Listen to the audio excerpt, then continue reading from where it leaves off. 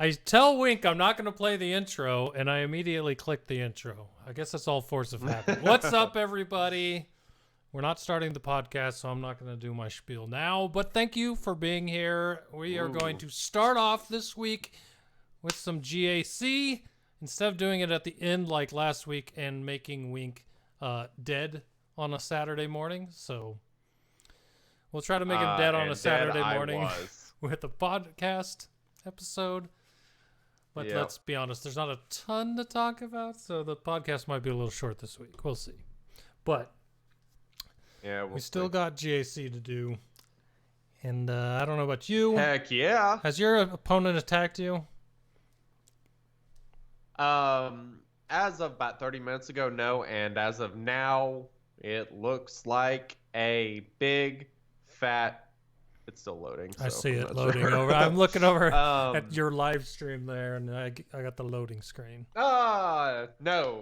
They have not. So you don't know what you need to get. I'm excited for this, though. I don't think I have an uphill battle to climb. Last time I scored pretty badly. I think I got... Taking out a General Anakin squad, I think I got a 40-something. Because all I had left... I beat that Anakin squad with Padme and red health, and that was it. Padme was all I had left. So... Wow. I got a really bad score on that one. Nice work. Still got through it. But with that bad of a score on one of the battles, I got a 1900 last GAC. So my opponent scored 1907 on me this time, which I don't think is I don't think that's a wall I can't climb, but he also put General Anakin on defense too. So I don't know. Okay. Interesting. Well, you can do... I mean, if you one-shot everything, you should be good. Yeah. As long as you do the problem is that General Anakin. Yeah. And if my Padme doesn't do as well as... If it doesn't do better than the last time, then I'm going to be in trouble. Now... I've been doing terrible in GAC. I lost last round because I made just... So the last week when we live streamed... I lost a couple battles, going hardcore, undersizing stuff. I'm fine losing like that because that's what I find fun about Grand Arena Championships. However, I hate losing when I just screw up, and that's what I did against a fleet last week and ended up losing because of it. Lost by 3 points or something. It was stupid. Ouch. Yeah, so... So it's redemption all right, time. So how are we going to start this off? It is. And it's going to be sweet redemption. I don't know. I don't want to fight Anakin first because if I lose it, I'm going to lose heart from the very start. So why don't you start some battles and then I'll break into it. All right, so I'll show everybody what I'm facing. Up at the top, he's got Bosk team with Nest, Bugs, Old Republic, which is fine. I have to worry about this territory first, but look at that. Look at that. That is actually a Phoenix squad in the front. Can you just take a guess what I'm planning on using? Why would I don't know. 4 of them be gear 12 and then 1 still be gear 8? No idea, but do you think Wampa can solo? Do I think so? Absolutely. Okay, let's find out. Let us find out, because this should be a pretty short match, I'm hoping. As long as I, as long as I get 64 or 63, really, I'll be happy, but I think I should get 64. The only thing I have to really worry about is Sabine. This is just a thrashing. Man. You don't have to worry about anything.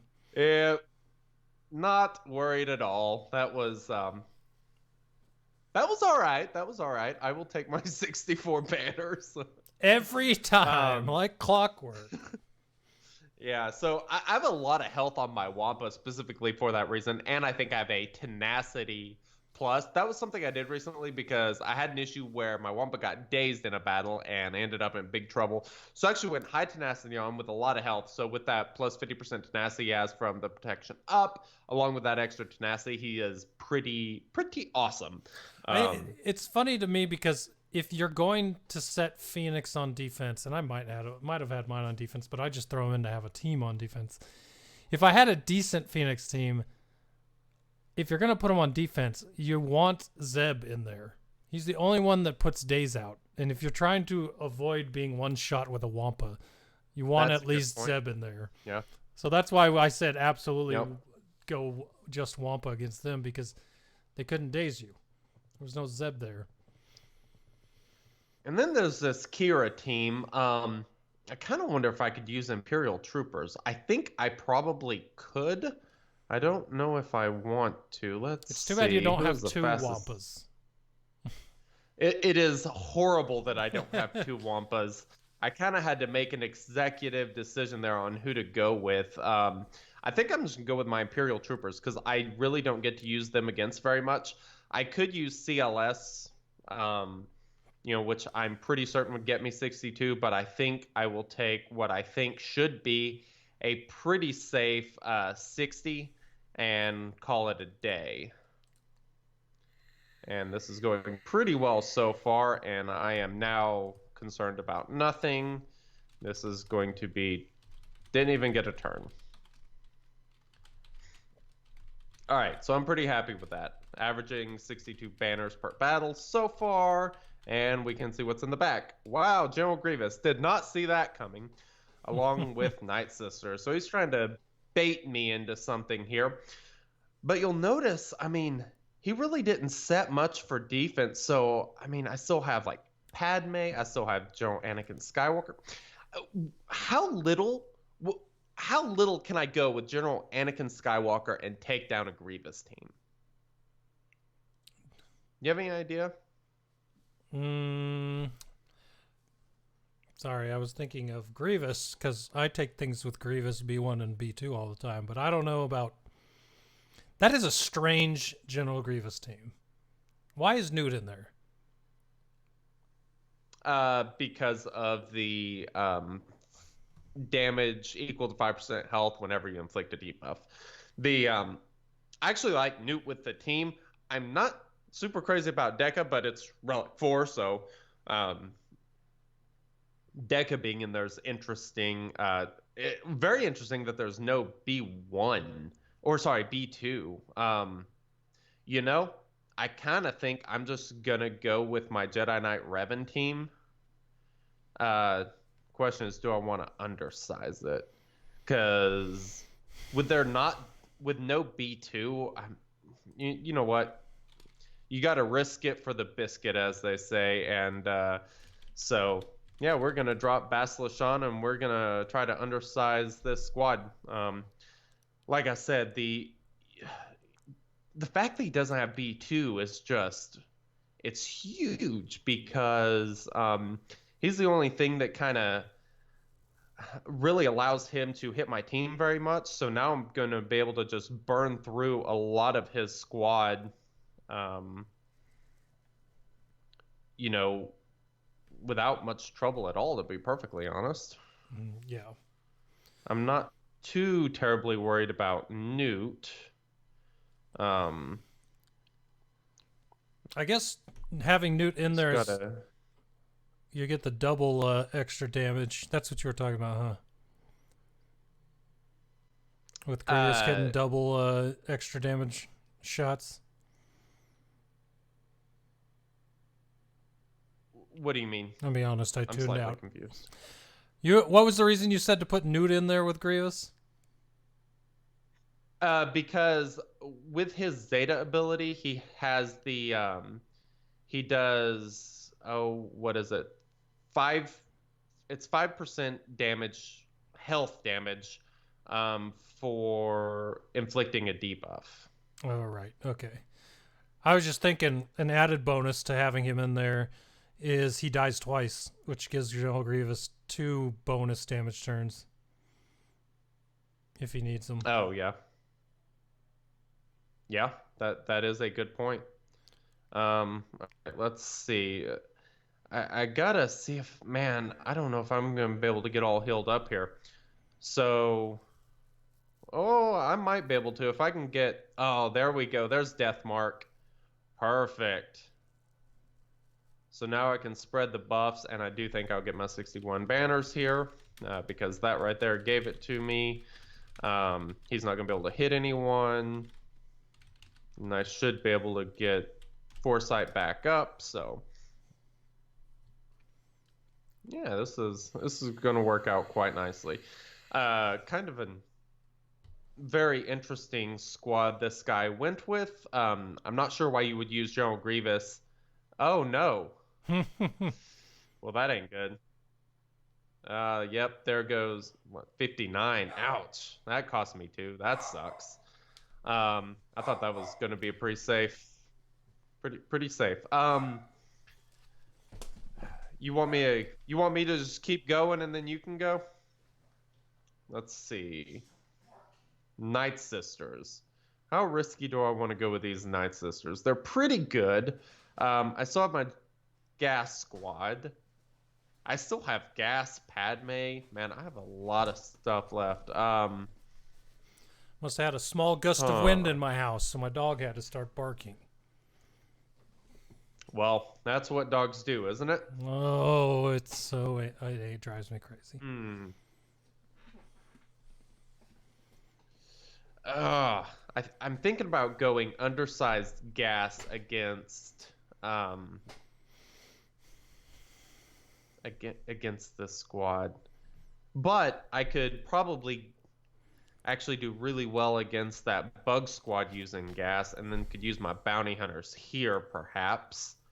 I think what I am going to do is save Gas for the Bugs, and here I'm going to use Bounty Hunters minus Dengar, but I'm going to use Watt, so I'm going to undersize this because I don't really need Watt for anything else.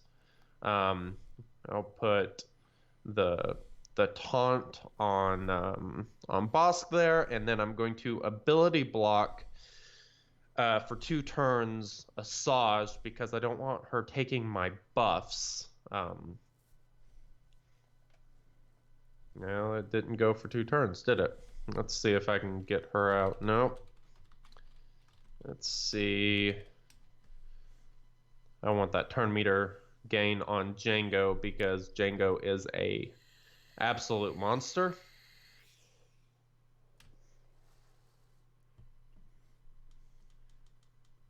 I think gotta put that on. This is Boba. so... We'll get rid of Mother Talzin. That is such an odd looking setup for the Night Sisters, because where Daka is seems like that's where Zombie is every time I fight that team. I've never noticed Zombie being there. It does seem like a weird layout. I'm not sure why. Not that layout particularly matters all that much, but so now I gotta figure out how in the world to get my boy Watt loaded back up with health. That's basically my only priority at this point. Well, his ability will doesn't he trigger all his... Slowly do it. Doesn't one of his ability trigger all the hots? The second ability? Yes, I think it's... Yeah. Well, he's getting there. So it won't matter I anyway. think if he has 1 more turn, I'll be good. And then I'll nuke Spirit. All right, so we are good. Bosk is good, and let's see if this does it. Nope. There we go. Use that since it can't be evaded, and we are done here. All right, 61 banners. I like it. All right, so we're off to a pretty good start. Better than last week. Got 2 turns. Much better than last week. You want me to keep going, or do you want to go? Let's see. I'll do some. Alrighty. All right. let me just do this and bring it up. All right, so my opponent has attacked. Nothing in my front of ships got them, which is funny because like almost the first 4 matchups was something in there got them. The only thing they got caught up on was gas. So they one-shot everything else. I mean, gas is a pretty good thing to have someone get caught up on. Yeah. My gas was a real stinker. But they were still able to do it in 2 battles. Yep. So gas can be really uncomfortable. That is very true. So the good news is yes, that's fair. The gas in this one isn't as bad as the last one. This one's only relic 5. I mean, not that. Okay, yeah, that's yeah. But it's like, oh, what the hell? Imperial Troopers. That's interesting. That's different. And that looks like a pretty easy FO team. I didn't see bounty hunters, I don't think. Did I? Oh, I did see bounty hunters. Yep. There's Bob. They're really not that good either. That looks like pretty easy bounty hunter team too. Yeah. Try to figure out what I want to. All right, so what are you thinking?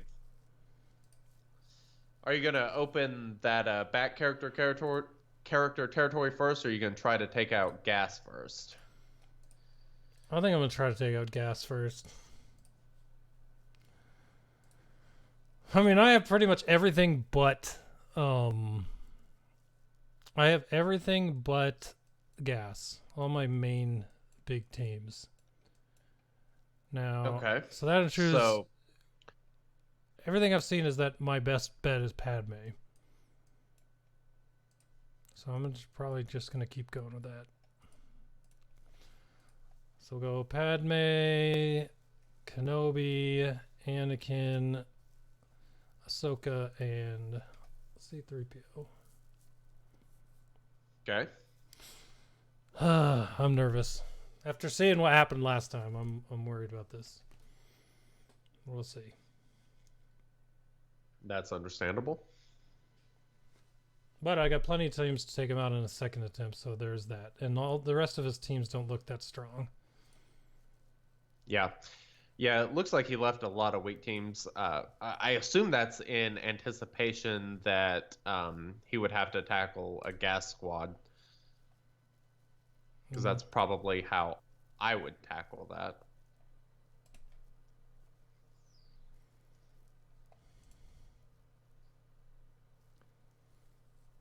This looks worse off than it did last time. All right.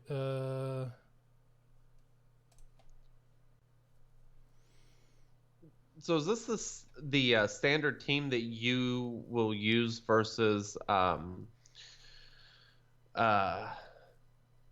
versus gas with Padme? Because I have found that I kind of have to either generally get rid of 3PO and put R2 in. But that is probably because the way I have them modded to take down Malik. I've actually never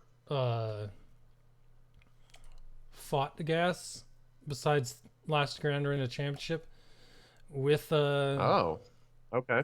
So that's partly why it's okay.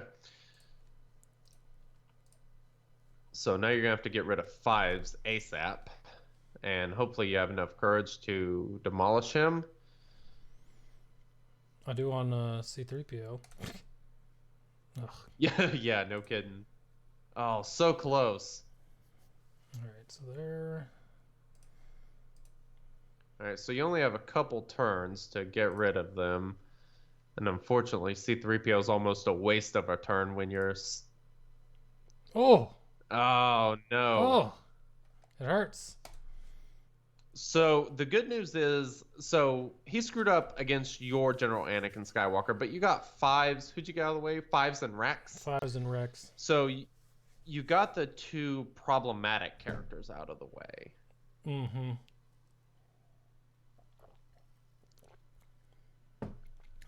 What am I thinking there? I will be honest. I am not sure. I mean, you could. With as weak as he went, you could probably go with like your Darth Revan team. Yeah, that's probably the best bet right now. Because I'm not sure what he would have. I would be surprised if he had Darth Revan in back.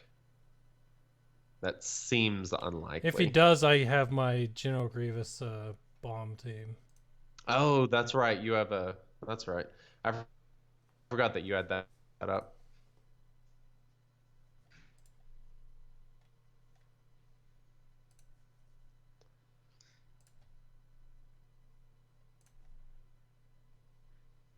Okay, so this is looking pretty good so far.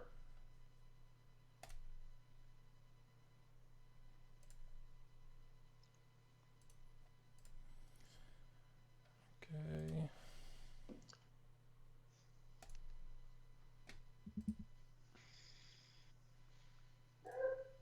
Oh, no. As long as It'd be nice to get some decent banners out of this. I think you're gonna No! get the win, Okay, but... that would have been the kill Oh my shot. goodness! Oh, brutal! All right, get him feared, Still get him feared, and take him out. There we go. Ouch! I'd say if he didn't take out that was Malik, it would have been awful. easy kill shot. Then it made it interesting. All right, No so there we go. kidding. Unless he's trying to bait him. He might have been baiting me. But now that I've got through that, I can go down to the bottom and find out. So now you need to be pretty efficient to make up for those points, which you can certainly do. 1907 isn't a spectacular score. So, I mean, you can make up for that pretty easily, I think. Let's see, what is... I'm going to use resistance to take out this first order.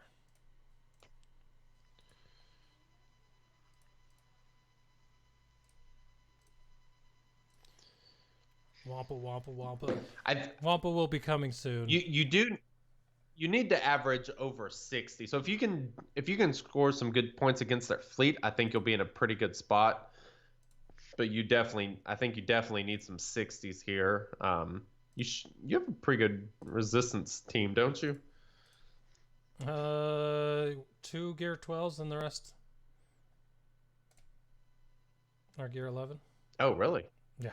My resistance team is just okay. Oh, that's right. You are going for first order.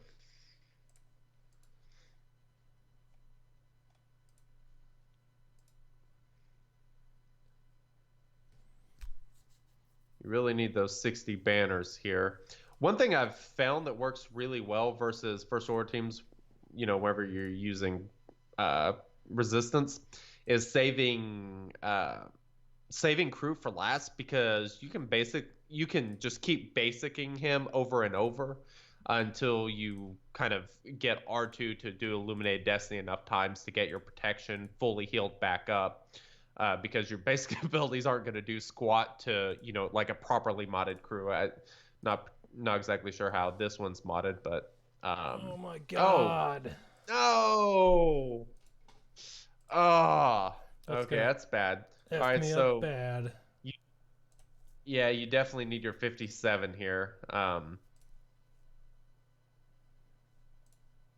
that's brutal.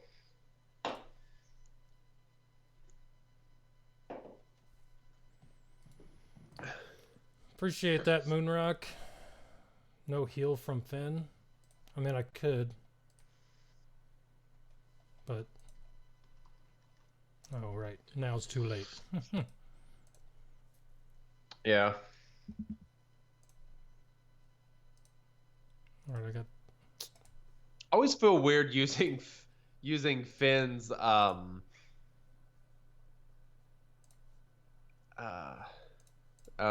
his heal. It just seems weird. Now, I would be very careful to not heal immunity him until you get your protection back up. I have made that mistake so many times.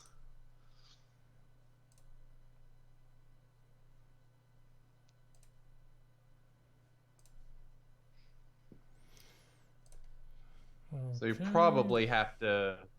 have to probably get illuminated Illuminated Destiny 2 more times to get all healed up. We will work on it. Can I just stun, please?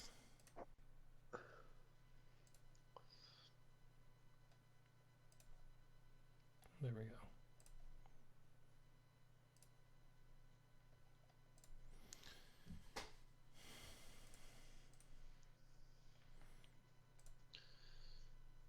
I'm kind of surprised he's gotten to the point he's at.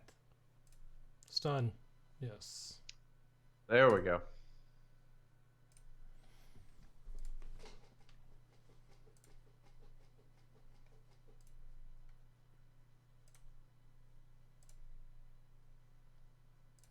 Gotta make sure So I don't run out of hopefully time only here. one more.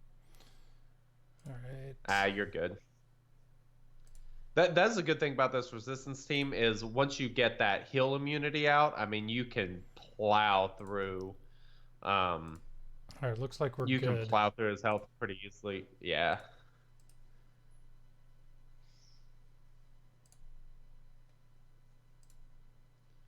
And this thing is over. Got him.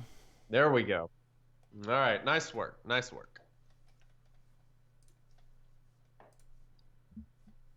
Ouch. All right, let's see here.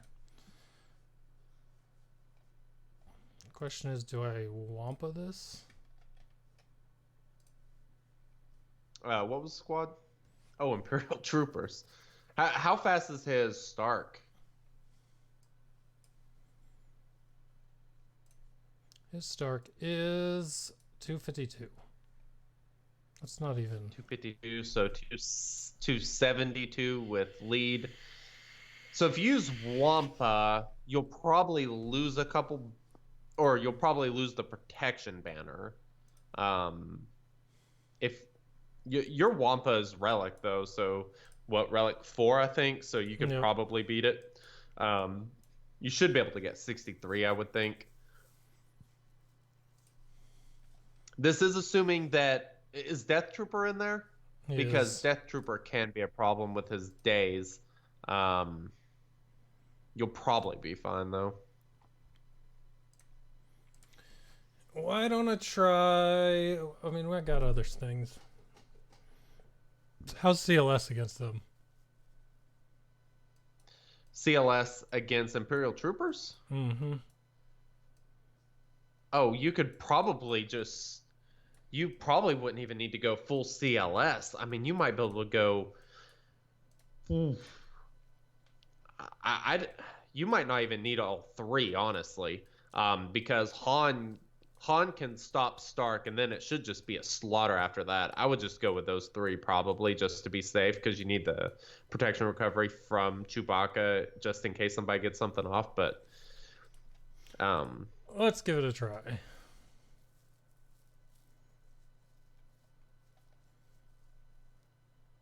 First Stark.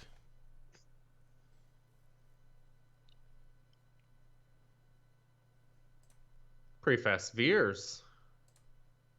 Yeah, that was... To go before your CLS. I don't know how fast your CLS is, but interesting.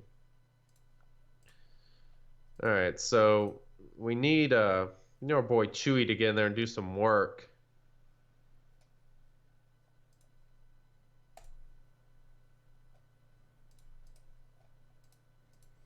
That dude is not... There you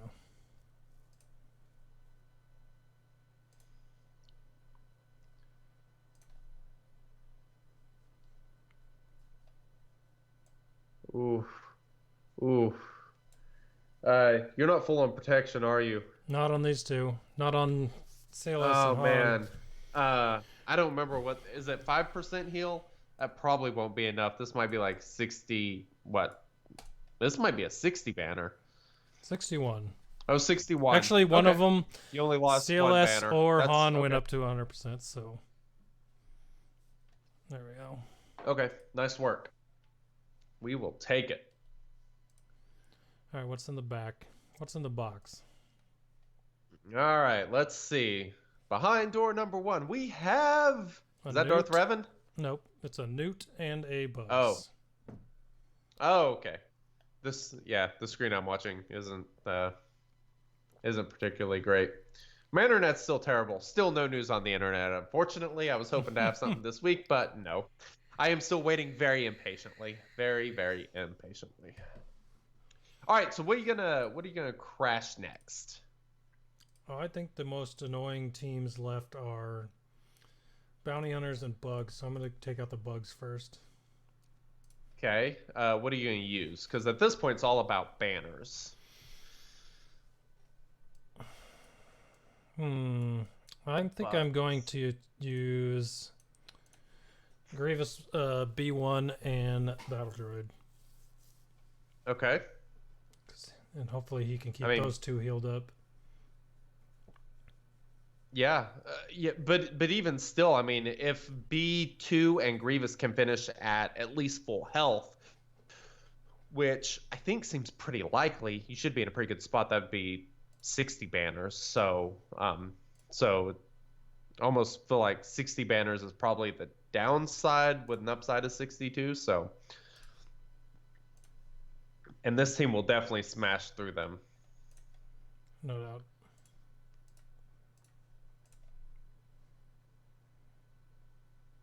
Oof.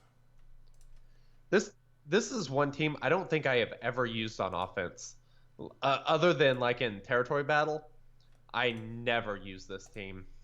Really? I love this team. Yeah. So they're gonna take out my B1.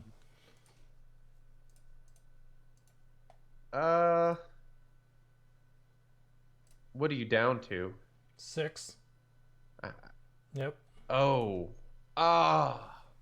Yeah, that's 3 banners you lost there. That's 58. Yeah, you would have had 61.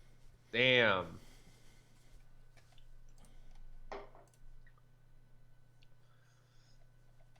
Yeah, you're right, Moonrock. I should have used Treya, the Triumphant there.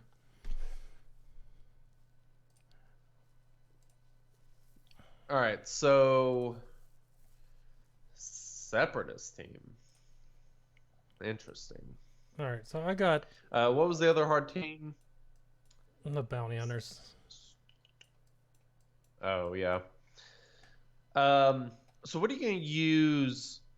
What are you gonna use your Jedi against? Because they're a team that's great at scoring banners.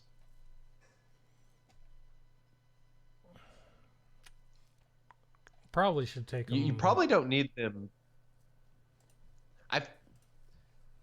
I feel like more things can go wrong versus the Separatists. But I mean, the Bounty Hunters will certainly do work of Nest and Bosk. So yeah, I'll use the Jedi on the Bounty Hunters. Treya's pretty good against Bounty Hunters too. Because you can use Treya Scion Darth Nihilus, annihilate Nest, and isolate Bosk, and then you don't have a whole hell of a lot to worry about. Let's try that.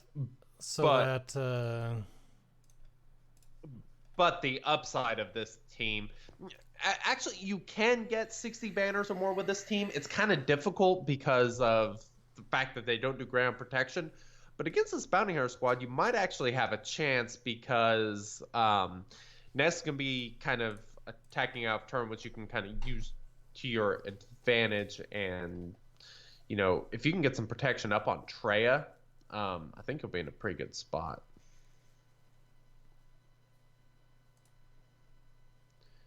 Gotta love those debuffs, especially on this team. All right, there we go.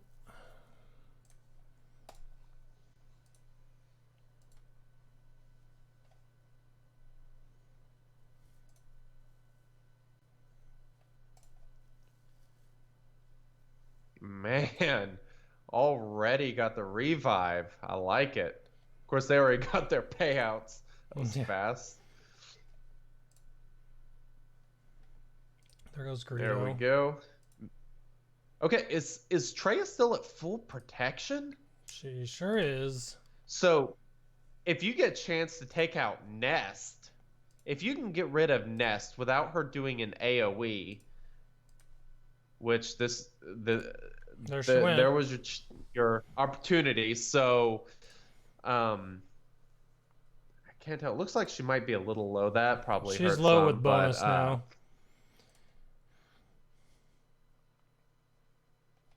she might be able to get some of that back. Next time she isolates, you select her, give that pup. So I'm not sure exactly how the conversions work on that, because it used to convert directly, but now there's like some weird recovery mechanic. I haven't exactly figured out exactly how it works, but you might be able to get close. I mean, at worst, this team's going to get you 59. That's what I love about this team, is it's an easy undersize. It always gets you 59 at the minimum, assuming everyone survives, which is pretty rare that someone doesn't survive. It's a fantastic team. Man, stupid Boba just keeps doing that damned AoE, man. Over and over. Yep. What a loser. I'm not doing Zion does anymore. have that protection recovery. It's such a long cooldown. It's so frustrating. I wish he could get that special a little bit more often. Yep.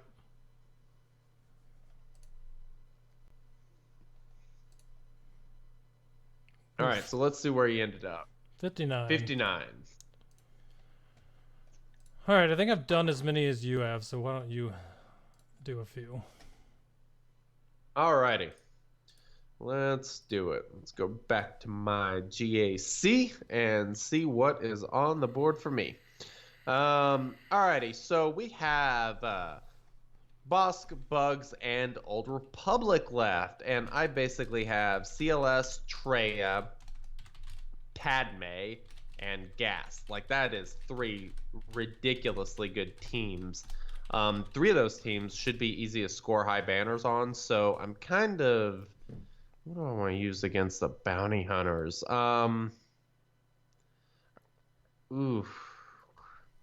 So I think if I go Gas versus the Bugs, I think that'll probably be best case scenario.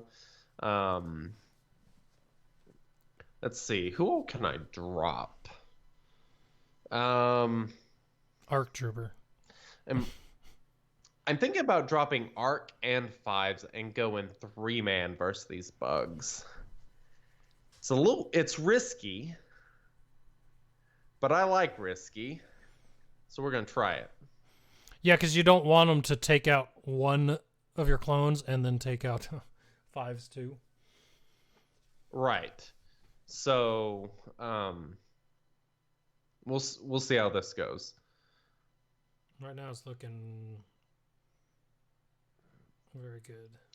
The only thing I need to avoid is that stupid AoE. If I only lose protection off a Gas, wow, this went 1,000 times better than I expected. Holy hell. Yeah, that was great. Nasty. Yeah, You could I probably like have it. done. Yeah, that you could probably have done him and 1 clone and been fine. I probably could have. It's nice knowing that. Yeah, that was pretty badass. I like it.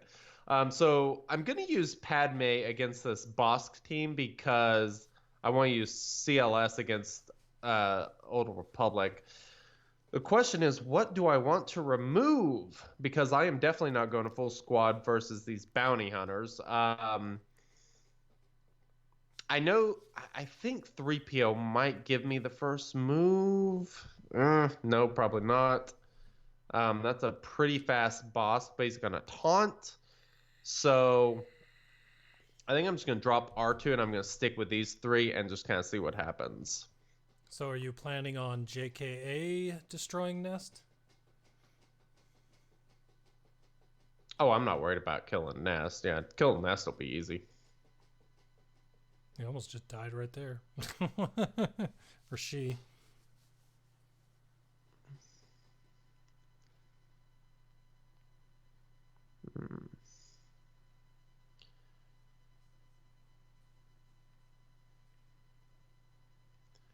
There we go. Ah, no. Damn it, Django. You know, it'd be a really good podcast topic. Is popular offensive teams and the ways to get their health back to get max banners. Yeah, because I mean that's well, and it's not just health recovery; it's protection recovery too. Yeah. So Well, I just meant 60 banners, all thanks to that stupid shot by Django taking out some of JKA's protection. That's frustrating. So CLS, this is my favorite offensive squad because I should be able to get 62 here. I'll be pretty pissed if I don't. I hate Canderous. God, he's annoying. I just hate Zalbar. I don't mind Zalbar. Zalbar's not the frustrating one. It's more recently he's less frustrating, but back in the day, it seemed like that he was always taunting, and you couldn't get through it. He was super annoying. Yeah, that is totally fair. All right, 62. That's kind of what I expected there. All right. So what fleet is it? Oh no, it's Holdo. All right, so I'm going to use this squad, and I am going to use 2 reinforcements because that's all I like using. Or should I? Yeah, we'll go 3 reinforcements. We'll take in Spy just in case, but my plan is to call in Ahsoka Tano and then call in Plo Koon as my second reinforcement.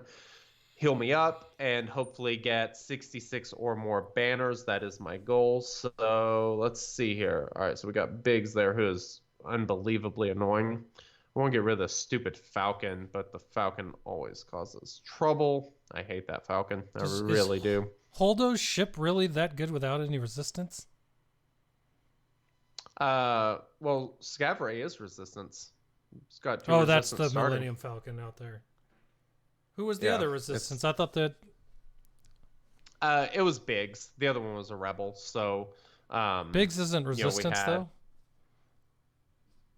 No, I know. That's what I'm saying. Oh, I thought you were saying Biggs and a Rebel, and I'm like... Right. There's Ray Scav and Poe. Oh, that's so Poe. 2 resistance I can't really and tell Biggs from here. Yeah, it's kind of hard through the way we do this screen sharing thing. So I'm hoping this doesn't kill him. Okay, perfect. That's what I wanted. Another reinforcement. All right, so we'll take him out, and all right, so I'm hoping he kind of sticks around. I'm hoping who don't kill her.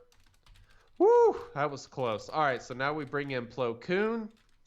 Heal some people up. We'll do that ability and then take them out, and should be 60 something, 64. Okay, that's all right. I was hoping for 64, but all right. So 1944 versus my defense, I feel pretty confident he's not going to score 1944. Yeah, so I wouldn't think so either. I put Grievous in the back, Bugs in the back, and then up front I have my relicked out crew squad along with my Night Sisters, and then I have my Palpatine with Malak and Sith Empire, leftover First Order, and a gimme win basically. But that's so awesome. Leftover First Order, but they look like massive jerks. So that's actually a really good team because the assists, I like Fox on that team because it gets a lot of turmoil on its basic and getting called to assist and all that sort of stuff. That team has a lot of basics, a lot of assists, and a couple AoEs. It's actually a really good team at knocking down a couple banners because they're going to beat it. I know it's going to be one shot, but they're probably not going to get 60 versus it. So I feel pretty good about it. But yeah, all right. So 1944, I am done, and I feel like I can put down a W on that because that was a disappointing defense. That's the problem with going full offense, like full offense. If you don't put up a little bit of resistance, you know, you're going to get smashed. But all right, so what have you got, sir? All right, so I'm going up against that Newt team with my Jedi now.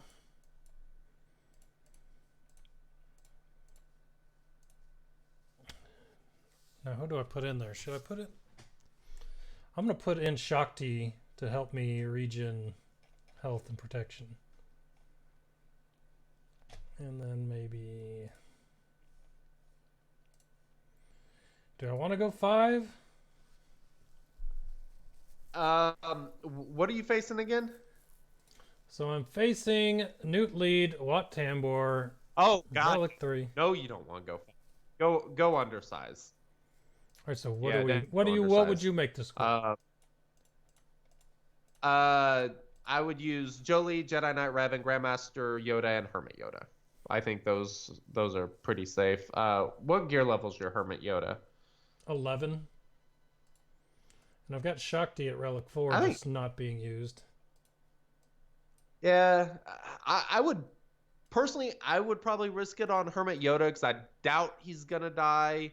Plus, Grandmaster's training getting out there just leads to more buffs, and he has the protection heal, which is very nice. I like the assist, honestly. All right. So I think, yeah, that's what.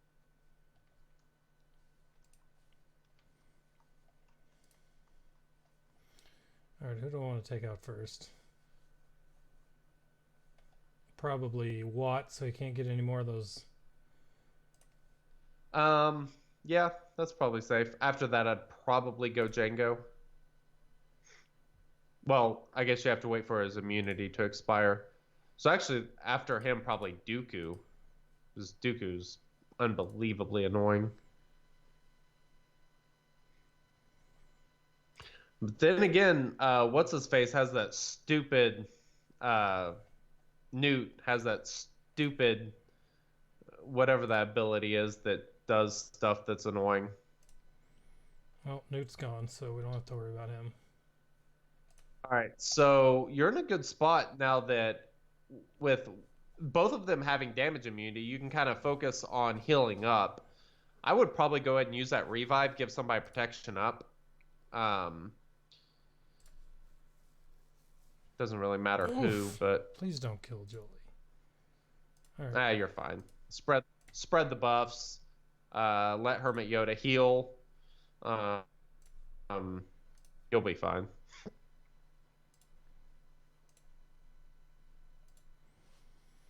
All right, so now I can spread out heals. Yeah, now you can try not to kill him too fast. Call in Hermit Yoda with Jolie. Yep. Because this will give you turn meter and heal you up some. I love that basic build. Anytime I get to call him in, I will certainly do it. Oh, there we go. I like it. So now if you can get marked back up and call everybody in, I think you'll be in an awesome spot. You might be in that same sort of spot where I was in, where he comes out of that damn thing and takes some of your health and protection. But you know, this will certainly give you time to kind of work on getting everyone else healed up.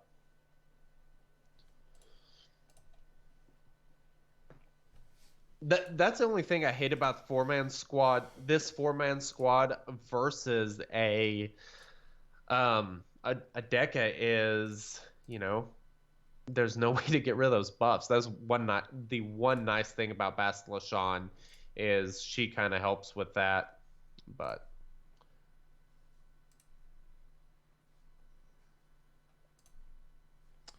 all right, so does this heal? No. Yes, because it calls in assists. Right, it does, like, in passing. Probably not going to get him to full. I would do that. Probably not, but let's see. I think he'll get 20. He was barely off of it. He yeah, was barely missing it. He gets called in for assists, which I think is, 20%, and then Hermit Yoda basic. So, yeah, not bad. 20 is pretty good. All right, so how small can you go? Oh, you can go Wampa. Dude, here's what you do. A Wampa nest. Well, if you have Wampa nest, yeah. I was actually gonna say Thrawn Wampa. I love using the Thrawn lead with Wampa because you can swap turn meter, recover protection, because you know that puts in a Plus, then you can use Thrawn's special ability, give him turn meter, and get back to that ability even quicker. Then you can fracture somebody, keep them from doing anything to you. I love the Thrawn Wampa team. It's a blast. But I don't have Nest either, so... I left Nest out, so we'll see what happens. All right. Let's keep that taunt off Zalbar.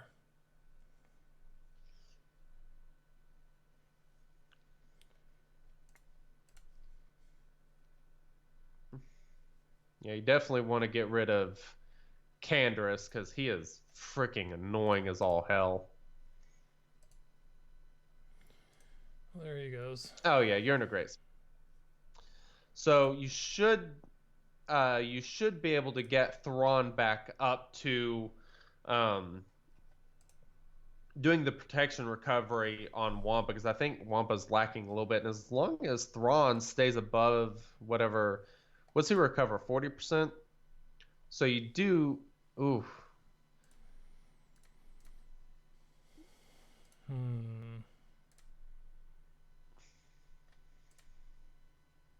Oof, that was... Alright, let's just swap. Yeah, definitely swap. Oh no, you didn't get health back. Well, he might on his next turn, because I do think he has health recovery. Alright, takes bets. Do you think he gets the next turn? I bet he does. Oh, that didn't even freaking...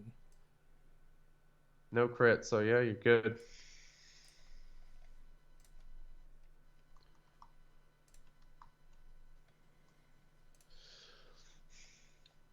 Stay alive, Zalbar. Stay alive, buddy.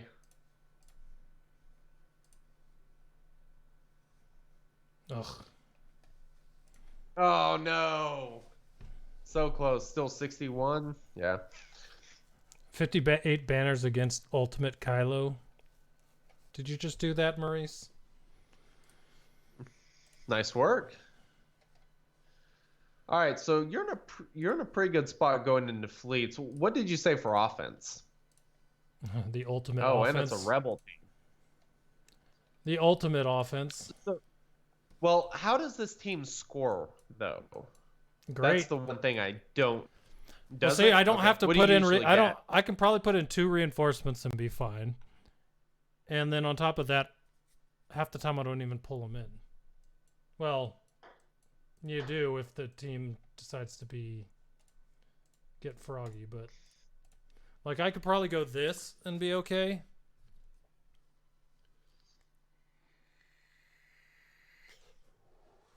Yeah, since it's not negotiator, this is what I'm going with.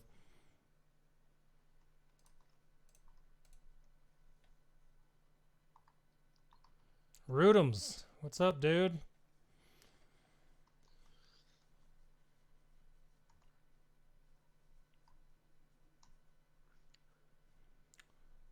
All right, let's get rid of you.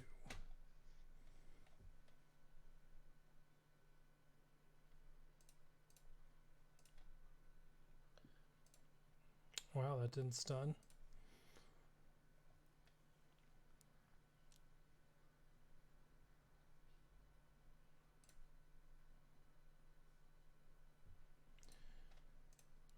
I swear one of these days I'm going to unlock Malevolence. It's going to be a while, though. I've been too busy spending all my get to, man. I just I can't save up to get Malevolence unlocked. I think I have like 100 get to currency. It's terrible. I can't remember. Almost have a negotiator unlocked. Oh, nice. Yeah, man, I just could not justify going from Malevolence whenever I could get Kairos and, stuff for... Oh, that's perfect. Stuff for getting Kylo, so... Geonosian Spy is the best. I love Geospy. He is just a freaking fantastic reinforcement. I just don't understand how I know what I'm doing wrong here. I haven't been using these. That's why I don't have any vultures. Alright, now we're in the spot. Alright, so the big question is, is Geo gonna stay alive? Because we need him alive. Nope. No. Because he taunted. No. Damn it. That's not what we wanted. All right, but I think I can get by without bringing in another reinforcement. So. Okay. All right. So next turn you'll have your ultimate, right? And what is that? That stuns the opposing capital, right? Hell, you're not even gonna get to. Don't need not it. even gonna get to it. All right, 62. All right, so. Where did I wind up? Let's find out. Around 1900, I think. You might be a little shy of 1900. I don't remember. 1900. Lost by 7. 1900. So close. Unfortunate. Oh well. But that still leaves you 4-1, right? Yeah, that leaves me 4-1. And I got all the points for all the crushing it. The battles there. Let's see. I only need 18 speed ups next Grand Arena to finish this. Oh, holy hell. I didn't even think about that. I totally forgot. Let's see how many I'm at.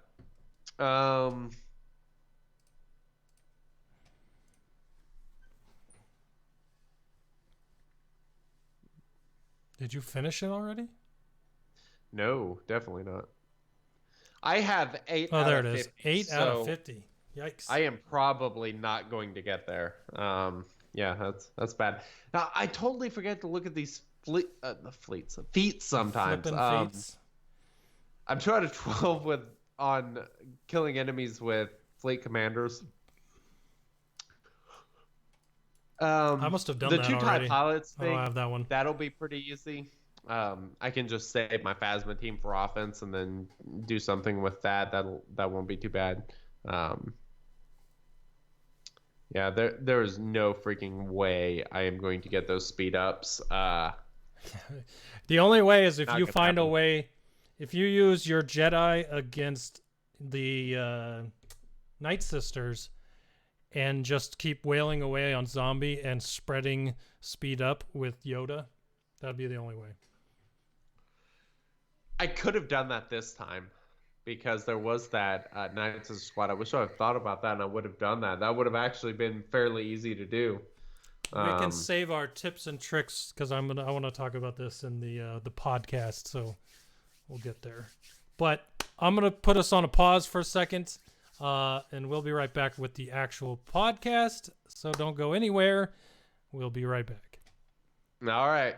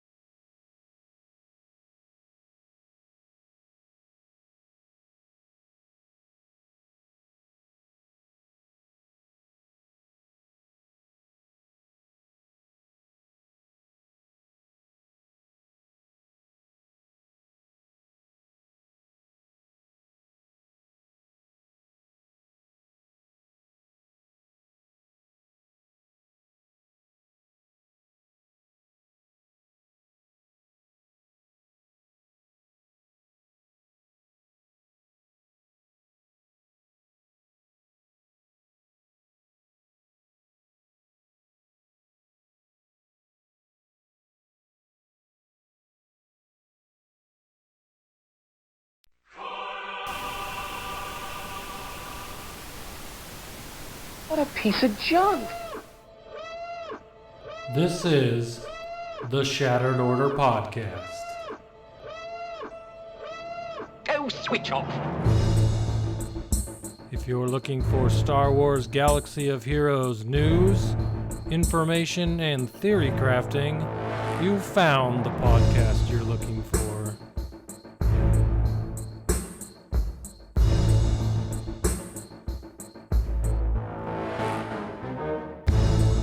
With your hosts, GoodNightPunk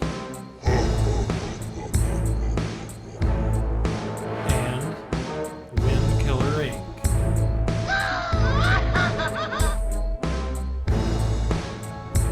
We would be honored if you would join us.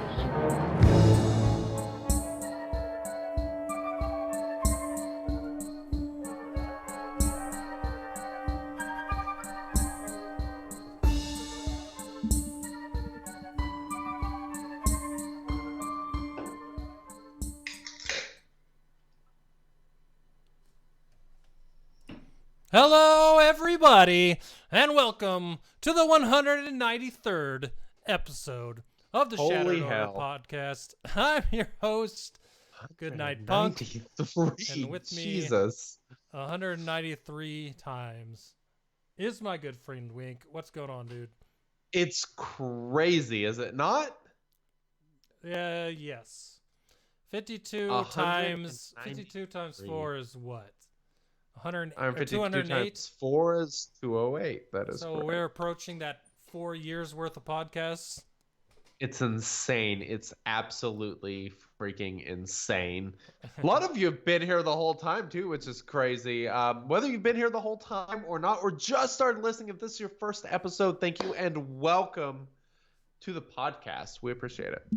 Yeah, you. If you are just tuning in, this is your first time. You have missed a very large gamut of things we have done on this podcast. You're in for a treat, too. Through the first couple episodes, Let which us was tell the you. most awkward thing ever, Yeah, that's an understatement. to Wink playing the guitar and singing, to me telling lots Forgot about of that. made-up Star Wars dad jokes, Wink reading Chicken Erotica. Oh, I missed the chicken erotica. There's just so many Yeah. things have happened on this podcast. Oh, man. You got Bleedo, you know, Green slot plus. Green Gear Slot Plus. That's good stuff. Green gear slot. Yes, damn it. All right, so welcome to episode 193. Thank you for being here. We have so much crap to talk about. I mean, it's been a hell of a week. We're going to give some stuff away. We're going to talk about the state of disappointment. There's so much to discuss. It's going to be fantastic. However, it's gonna be something. I didn't mention this in the intro, but I thought it would be fun for us to do before we get into the main topic. On Twitter, you tagged me in something which was kind of cool. Do you have Twitter up? Do I have Twitter up? I can have Twitter up. Okay, get Twitter up because you did something this week on this wasn't on our podcast Twitter, it was personal Twitter or whatever. Follow with caution if you would like to, but you asked 4 albums Yes. that you listening to without skipping a single song. What were the 4 albums that you mentioned? All right, for all you music people out there, a lot of you probably won't even know half of these, but mine were Thrice Vahisu, MXPX Slowly Going the Way of Buffalo, Hide Nothing by Further Seems Forever, and The Question by Emery. Those are my 4 absolute favorites. I've never heard any of them. I was going to say, yeah, probably not. So if you have, and you listen to the show or you are in chat and you know any of those albums, let me know if you actually like them. Okay. I will have to check them out. Are they on like Apple Music? Because All of them will be on there. Okay, I will check them out and maybe we'll report back next week. I like it. So mine are all from bands that I'm pretty sure everybody's gonna know, and I had to fight really hard to not put 4 Foo Fighters albums as my 4 albums. I am utterly obsessed with the Foo Fighters, but I only put 1. Foo Fighters, Wasting Light, Shine Down, Sound of Madness, Matchbox 20, Yourself or Someone Like You, and Stained, Break the Cycle. Dude, that Stained album, I don't know how many times I listened to that thing. All of those albums I've listened all the way through countless times. I have no idea. Who's the Matchbox singer? Rob Thomas. That's right. Yeah. Matchbox 20 back in the day. The Sultry Female and I, that was our first concert that we went to, was Matchbox 20. If you've never seen them in concert, holy hell, they're good. They sound better live than they do on their albums. They're freaking fantastic. Yeah, that dude has a really good voice. Yeah, they're great. But anyway, I thought that would be fun. Maybe you guys can hit us up on Twitter. Let us know what your 4 albums are that you can listen to, without even skipping a song. I think that would be fun. I only did this because super fun to think about, and then I've gotten let's see, 2, 3, 4 replies so far. If you guys want to hit me up on there, I'd love to see what you guys, because it also gives me a chance to listen to stuff I've never listened to. So yeah, for sure. Hit me up on Twitter. It's obviously at GoodNightPunk. So there you go. Of course it is. Like most things. Yeah, and I need to change mine. Mine's just boring. It's bloody boring. It's same as my email. Same as everything that I use. Not everything, but it's what I use for social media. I need a good one. Maybe you can have a suggestion for me after the podcast. But all right, let's go ahead and jump into this first topic. Let's do it. Hey guys, what did you do in SWGOH this week? I feel like I need to clarify something after last week. I do not play the sounders to cut you off. My internet sucks, and I always do it during a silent spot on what I'm hearing. So leave me alone. I knew if I put that on the bingo board, it would get used at one point. So totally fair. I do always have to cut out just a little bit of your audio on the podcast whenever I edit. So yeah. Oh, we have our first Twitter handle suggestion. WinKILLERinc. Okay, done. That's happening. Not even. I am actually going to see if that is there, because that is freaking amazing. Yes. Well, who was that? Rev J Ball. Yes. All right. So I will actually do that after the podcast. Otherwise, I'll be completely and totally freaking distracted. All right. So what did we do this week in SWGOH? What an exciting week I had. Not even going to freaking lie. Unfortunately, it happened a day late of that Grand Arena lock. Oh, no, it didn't. Damn it. It did. Didn't you join our Grand Arena early? Okay, so... Yes, you did. So don't pretend like it's Grand Arena's fault, because I know the truth. So this actually ended up saving me some crystals, because I would have had to do some 200 crystal refreshes. But I accidentally joined the first day Grand Arena was open. Just out of habit, hit the Grand Arena thing. I have no idea what happened, but I joined Grand Arena. I was going to wait until the next day, because I could have actually unlocked Galactic Legend Kylo for this round of Grand Arena, and I effed up. I joined Grand Arena, so then I got completely screwed and wasn't able to. So that did prevent me from using the 200 crystal refreshes that I would have used to make sure I got him for Grand Arena, though.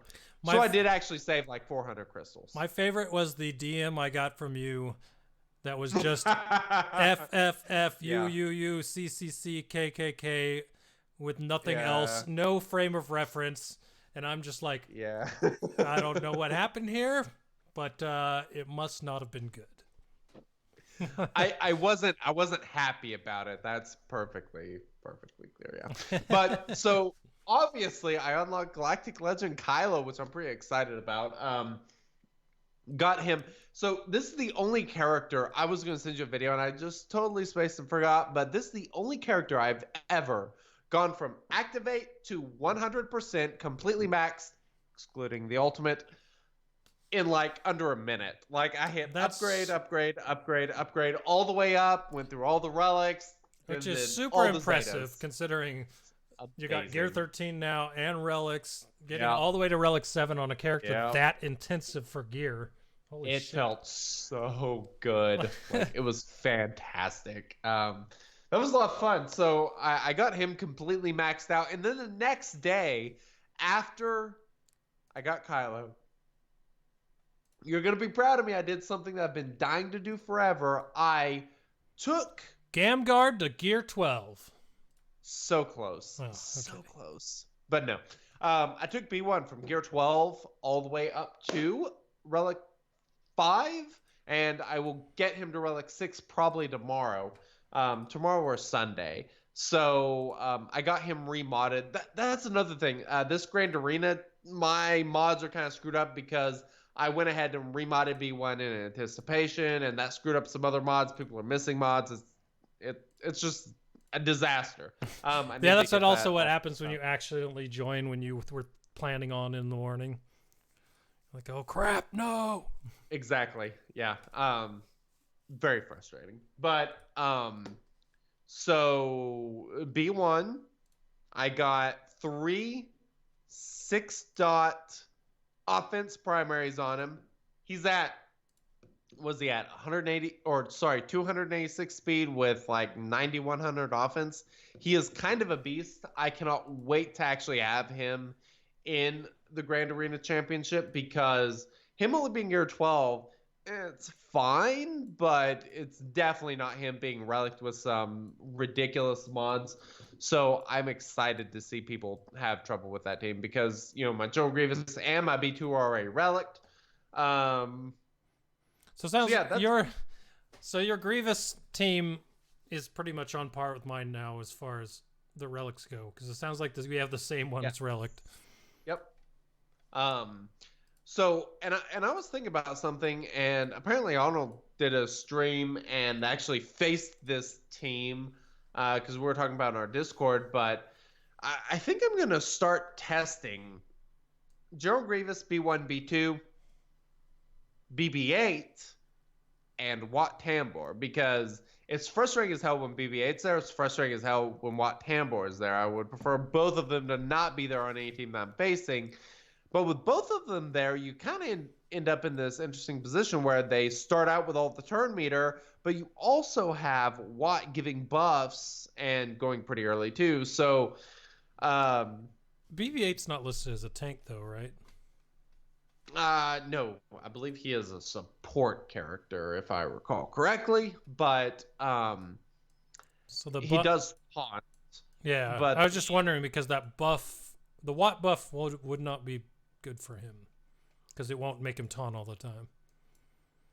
Correct. Well, he will give that buff initially to B2 whenever B2 is kind of modded, properly with a lot of protection and stuff. I always do that with Wat.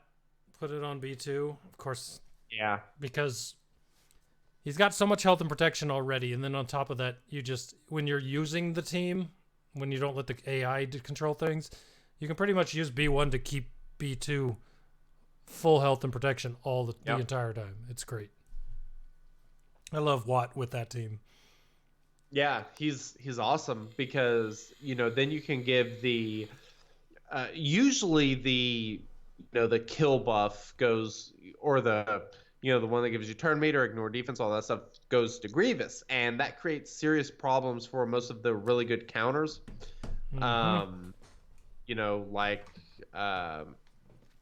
Giant Knight Revan or Night Sisters. So I think I'm probably going to test that and kind of see how it does. I think I'm probably in a pretty good spot now that my B1's actually dangerous.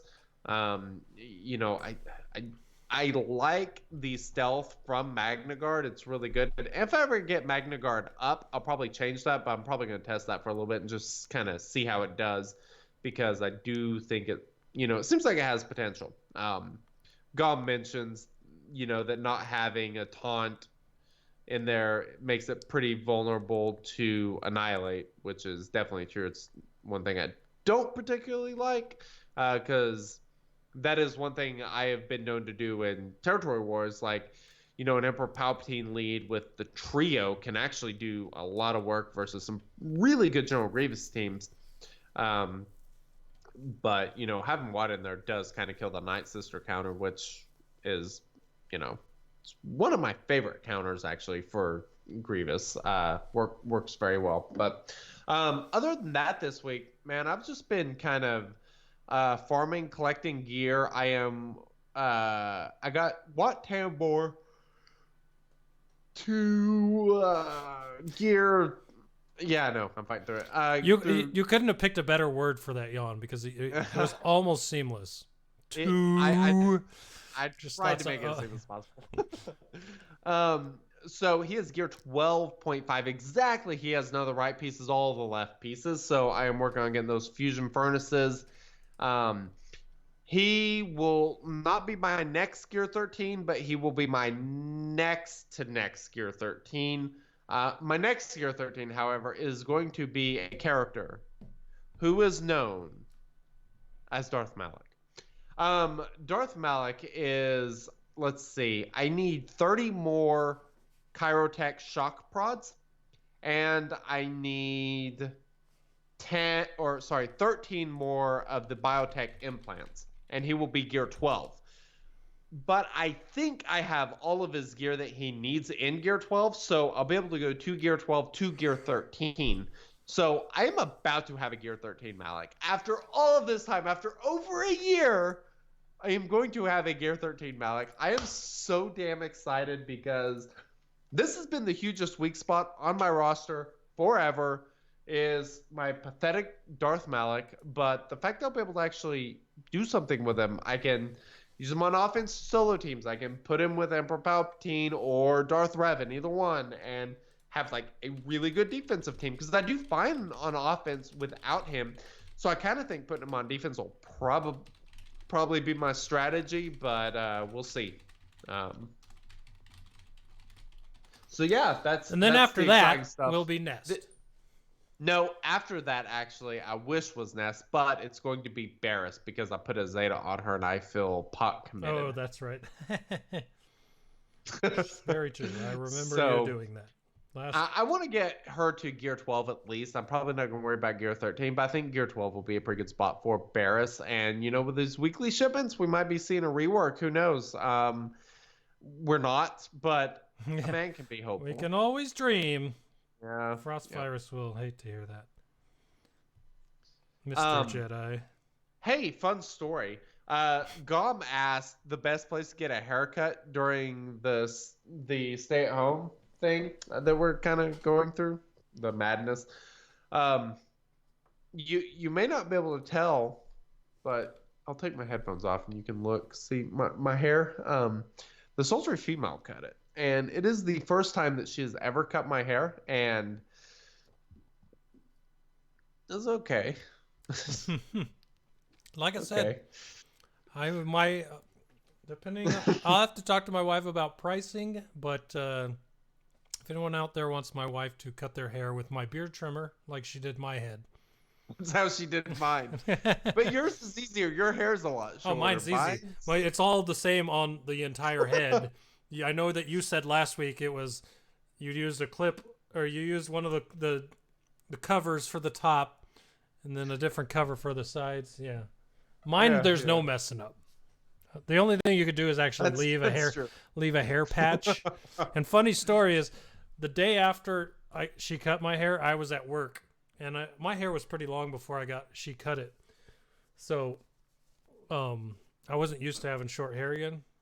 I was at work and I was walking around and they had the AC on, and I kept feeling the back of my head like there was like 3 or 4 hairs that were just flapping in the breeze on my head.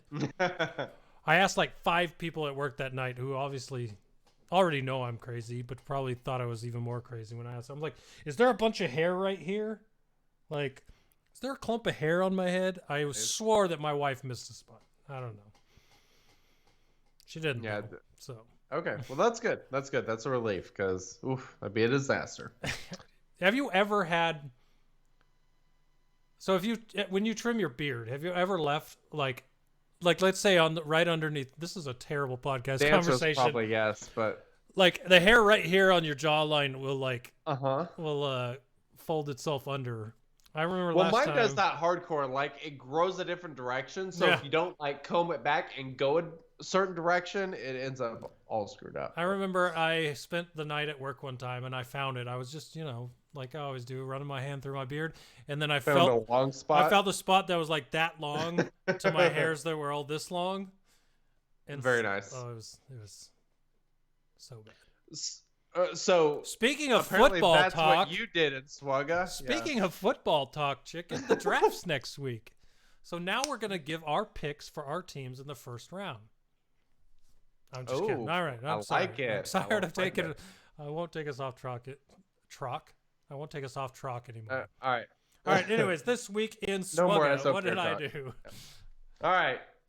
I used a Zeta on someone that I didn't foresee Zeta-ing for a very long time. Who? I missed this. It's a Zeta you threw on day one that he got it. I'm gonna guess Kylo Ren. You guessed it. A Zeta Kylo Ren. Nice. So, All right. I like it. like I said, after last week, I had I all like those, it. I had all those Zeta mats to go. I figured, if I'm going to throw him on defense on GAC, I want those Zeta mats on him anyway. Now that I can use him, because obviously like 4 weeks ago he was gear 7, so it didn't matter then. But now he's gear 11, and I have everything to take him to Relic 7, which I believe is what you need for the event. I have everything to get him to Relic 7. I just need 13 pieces of Mark 12 Armatech Fusion Furnish Prototype Salvage. So you're close. I am almost to Relic 7 Kylo. So, Very nice. but other than that, I haven't done much this week. Sith Trooper, Hux. Oh, I've started doing Arena again. So, What do you mean? meaning I'm not in the 80 to 100 percentile. Not percentile, but rank range. So I'm now down that's in the good. 20s most of the day and climb during my payout hour. Actually, I haven't the last couple days, and I would be tonight, or I would have tonight, but we had a podcast. So I'm back to doing Arena. Fair enough. And it's fun again for me. So Cool. somehow everything that's fun for me in game is the opposite of my favorite thing in the game. I'm a PvE guy, but the only things that interest me right now are Arena and Grand Arena. So Yeah, you're really loving yourself some Grand Arena, which I love to hear because I could talk about Grand Arena all freaking night. it's I could fun. also talk about the light side territory battle all the time. Can I brag real quick? I'm sorry. I'm really proud of this. This is something else I did in SWGOH this week that I totally forgot to mention. In phase 1 of the light side territory battle, combat mission waves completed. I am at 11. Yeah, 11 I saw that. combat mission waves. That is freaking awesome after day 1. I am very, very happy. This is easily the best I've done after phase 1. So I'm pretty stoked about that. Well, I did 3 battles and I have 5 waves, which is easily the best I've ever done. So Nice. Well, I mean, it's not great, It's but it's something. well, And you know what the difference was? what? So this kind of happened this week in SWGOH. Is my first light side territory battle with 7-star gas. So That helps. yeah. That helps. He good. He real good. Yeah. He's pretty good. I like him. Yeah. Cool. So yeah, I'm 1 piece away for Kylo Ren to get him to Relic 7, and then I'm First Order Executioner and Phasma are Gear 12 with 1 or 2 pieces left for them. And once I get all of them up, I'll have half of the requirements done. Very nice. So- You're getting there. I'm slowly working my way there, but I think after I get those 3 Ooh. to Relic 13 or Gear 13, I think I'm going to Relic a few other people and then go back just to keep my sanity. So not super devoted to this, especially since I still got a long time on Sith Trooper, Hux, and Finalizer. So I got the time, so I might as well gear some things I actually care about. So, dude, I have an update. Sorry, I just noticed. My opponent has attacked in Grand Arena. uh-oh. Like fully It is attacked? official. Yes, I think so. He one shot both my front territories, one shot my fleets, and struggled versus Bugs and General Grievous. And then gave up. That's what it appears. So Yeah. got my W. I don't know that I'd give up just because I want the points for winning, but I would have given up hope on beating you. Well, yeah, he left turn meter on both. So. If I'm being Good completely honest, I would have given up on beating you when I saw 1940 or whatever your banners were. 1944. I would have been going the for best score feats. I've had in I would this have been Grand doing Arena. the two TIE pilot feat on wherever I could. I would have That's a been good doing point. the speed up one however I could. That's all I would have focused on if I saw your banner numbers before I started. Yeah, that's not bad. So, As far as my all right, alt what goes, else on your week? as far as my alt goes, let's see here. I am so close to getting relic Rose Tico. I've got two pieces left: the Gear 12 finisher, and then one of those ones that takes Mark 12 HoloLenses. Those freaking HoloLenses, dude.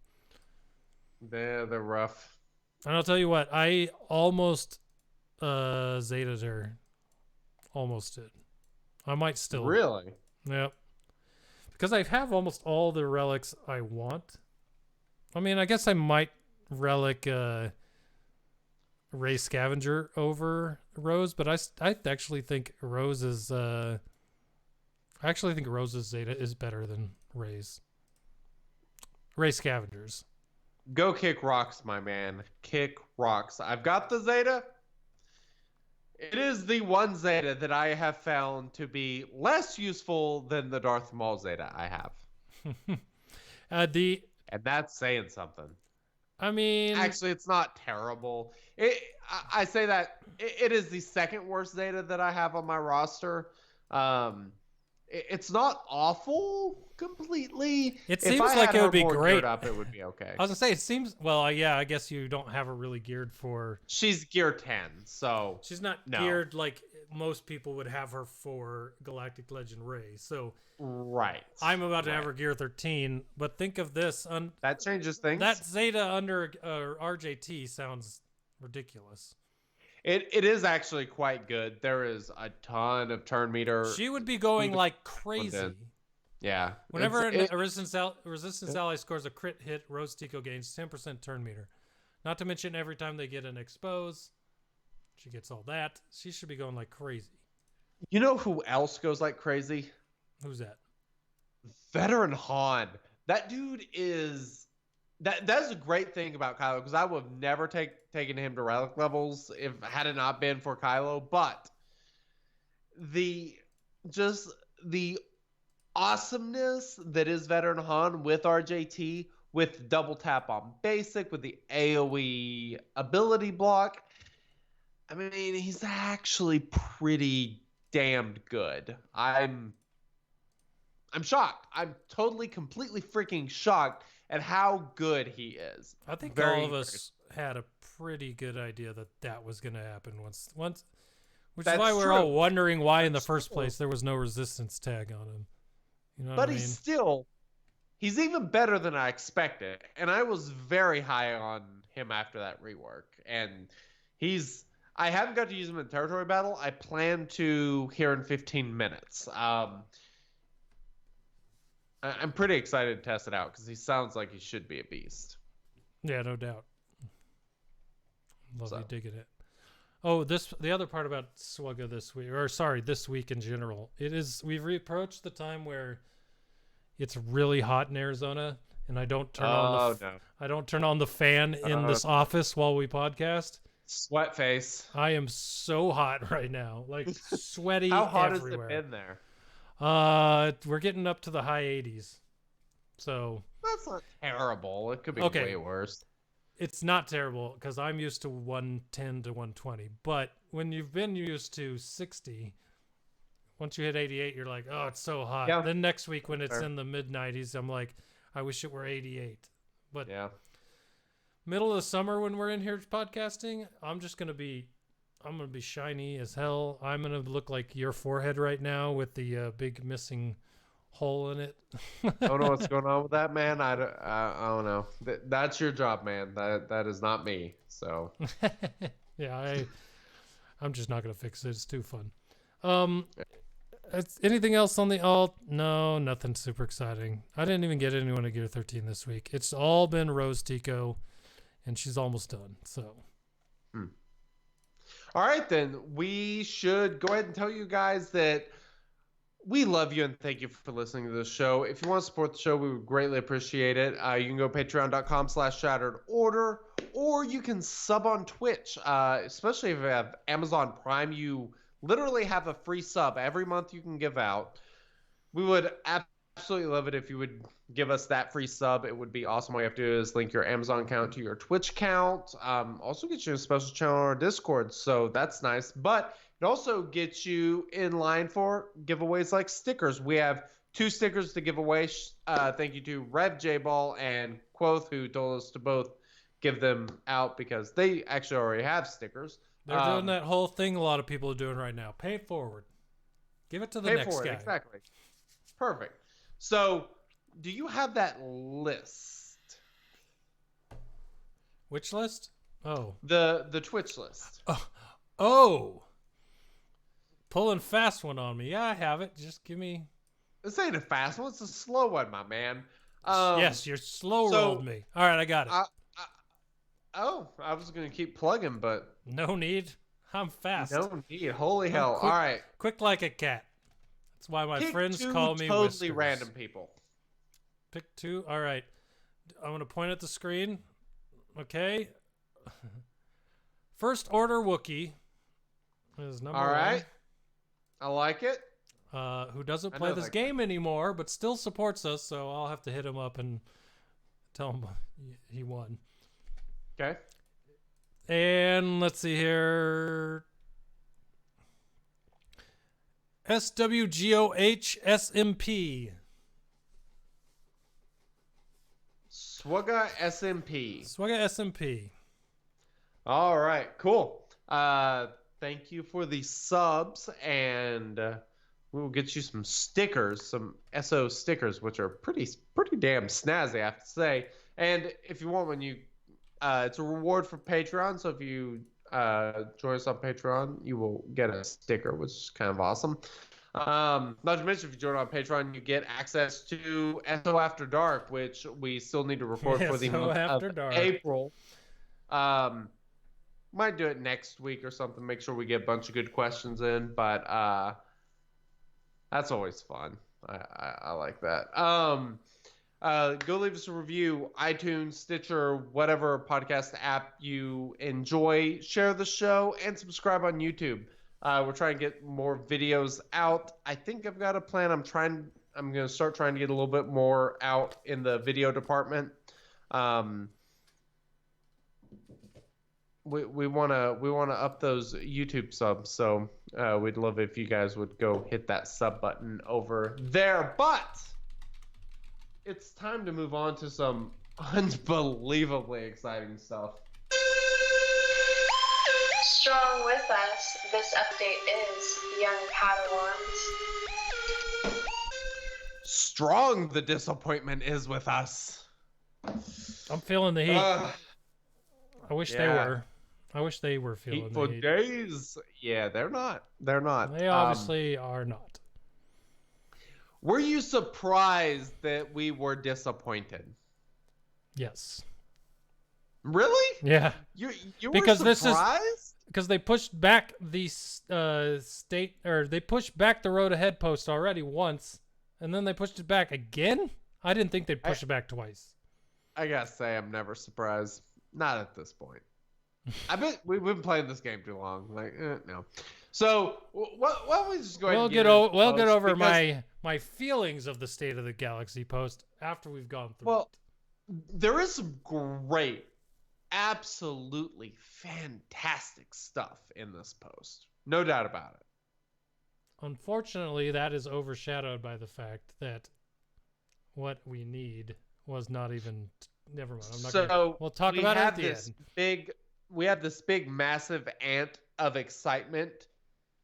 Unfortunately, there's a huge boot of doom that comes down on it at the end of the post. But let's start off with the exciting ant farmer. All right. So the part that normally I would be really freaking stoked about, because The Mandalorian is easily one of the best things Star Wars has ever done. No doubt about it. Just easily. Like, I love it. I love all the characters. I could go over there and pick up half the pops or Funko Pops that I bought about Mandalorian. I want to say it was Elon that just started watching The Mandalorian. I'm like, what the hell have you been doing, man? Okay, well, he started this game without ever even seeing Star Wars. So I'm not surprised he's late to the Mandalorian party. Now, fair. If he doesn't like it, then I'll actually be surprised. But okay, that's fair. I think he said he was watching it with his kids, which is pretty cool. So that does sound right. So I mean, it's one of those things. Even if you're not a Star Wars fan, you can watch it and get into it. Like, so my parents are like, they'll watch the Marvel movies, but they're not like huge Marvel fans. They've seen the Star Wars movies, but they're not huge Star Wars fans. My parents acquired Disney Plus from someone, I won't say who, and once they got it, they started watching Mandalorian. I told them to watch Mandalorian. One week later, I went to their house, and I'm talking with my mom, and her phone goes off. Her ringtone, she had gone on the internet and found the Mandalorian theme song and made it her ringtone. That is fantastic. So I was like, I love it. I'm guessing you watched The Mandalorian. And my parents, who do not binge shows, watched it all in 2 nights. The entire series. They loved it that That's much. pretty good. I like it. I'm just saying, this is all build up for how good and how outreaching The Mandalorian is. So Mandalorian's awesome. We got this news. Did not see it coming. Nope. Mandalorian. I would have figured that this would be happening when season 2 came out. But nope. Here we are in the middle of April. That's what I expected as well. And surprise, Mandalorian content. I guess they just really want to make sure that they capture the excitement like we've literally talked about for the last 2 to 3 minutes, how good it is. So I'm not surprised. Here it is. We've already got we're getting Mandalorian content, and then on top of that, they've already announced 3 of the characters we're getting. So, who are they? Those 3 characters are Greef Karga, Cara Dune, and last but not least, the Mandalorian Din Djarin. So this is pretty good, and you'll notice one minor character in The Mandalorian that is missing, who we affectionately call Baby Gizmo. I would be just absolutely freaking floored if he's not a legendary character at some point, where these 3 characters are required. Here's what I expect. I expect in season 2 we will learn more about him, his name, heritage, where he came from, all that sort of stuff, with 2 more characters coming then, and these 3, the combination of those 5 being required as a legendary event. Who would they be required for? Moff Gideon? I would think that Mando would be the legendary, but I have a feeling we're going to grow to hate Moff Gideon in season 2. Who have all the memes been about? Oh, see, I got my own thoughts on Little Green Gizmo. I mean, okay. We can talk about this later, but yeah, literally when we anyway, get so, to talking about Mandalorian, then I'll tell you my ideas. So these three characters are, of course, coming to the game.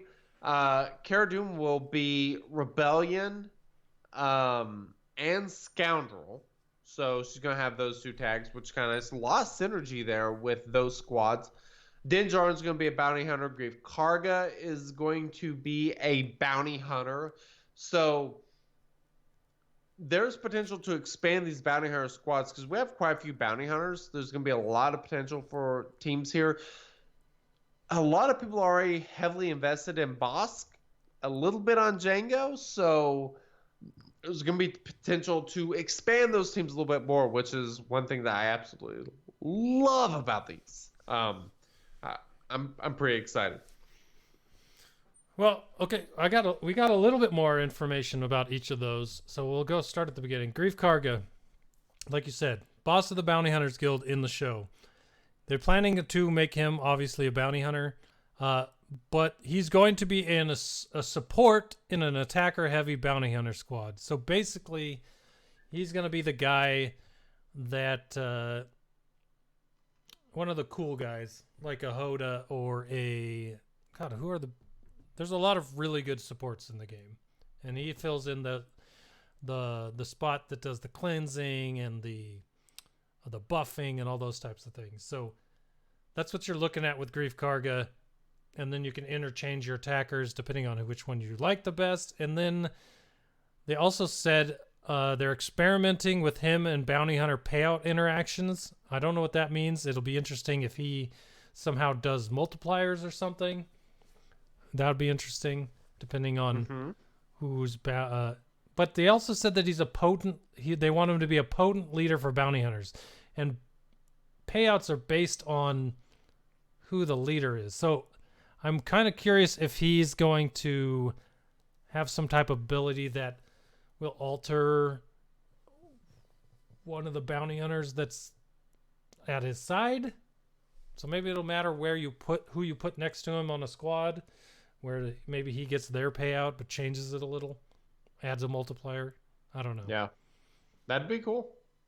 But it'd be interesting to see how they are talking about this experimental interaction with payouts. That made me very curious, because that's more of a leader ability type thing, and then you still have all the support abilities. So he's going to be interesting for sure. Yep. Your second one you mentioned, Cara Dune. In the show, she was a shock trooper for the Rebellion and the New Republic. So she's going to be listed as a rebel and a scoundrel. I heard some people in Discord asking if she's going to be a bounty hunter. In the show, she wasn't a bounty hunter. She was just running away from being a bounty, and then she just started working with. She started working with Mandalorian, and to get some payouts from him being a bounty hunter. But that's about it. So it makes sense to me that she's rebel, scoundrel, but not bounty hunter. Agreed. But interesting enough, they said they're looking at her to be an additional tank for rebel squads while being additional damage for scoundrel teams. So I'm wondering if they're going to work into her kit where it says if she's with scoundrels, she does this, and if she's with rebels, she does this. You know what I mean? Because how can you be one and not the other depending on the team? So I'm guessing that, with a rebel squad, she gains taunt when she uses an ability and more defense or something. You know what I mean? And then if she's a scoundrel, she gains offense and, crit damage. That would be kind of interesting. Yeah. Yeah. So interesting there. And then the last part to it I liked, very interesting as well. Anti-Empire flavor to Kit to represent her hatred for the Empire. And the anti-Empire part I find very interesting because of something we're going to discuss in a second that is also coming up this quarter. We'll get to that in a second, though. Last but not least, Mandalorian. So I wrote his name on there, Din Djarin, only because you think they're just going to name him Mandalorian in game, the Mandalorian, or are they going to name him Din Djarin? Man, that's a good question. I really don't know. It could be like Din Djarin in parentheses, the Mandalorian or something like that, because Like Rey Scavenger, Din yeah. Djarin, Mandalorian. Yeah, it's just there's almost got to be something there, I would think. I just think that with all the Mandalorians in the game, they might end up not having to, but it would be cooler. No, but the rest of them aren't the Mandalorian. Yeah. Din is the Mandalorian. He's the Mandalorian in our hearts. In lore, yeah. But they listed a couple things about him. Really didn't put any information about him.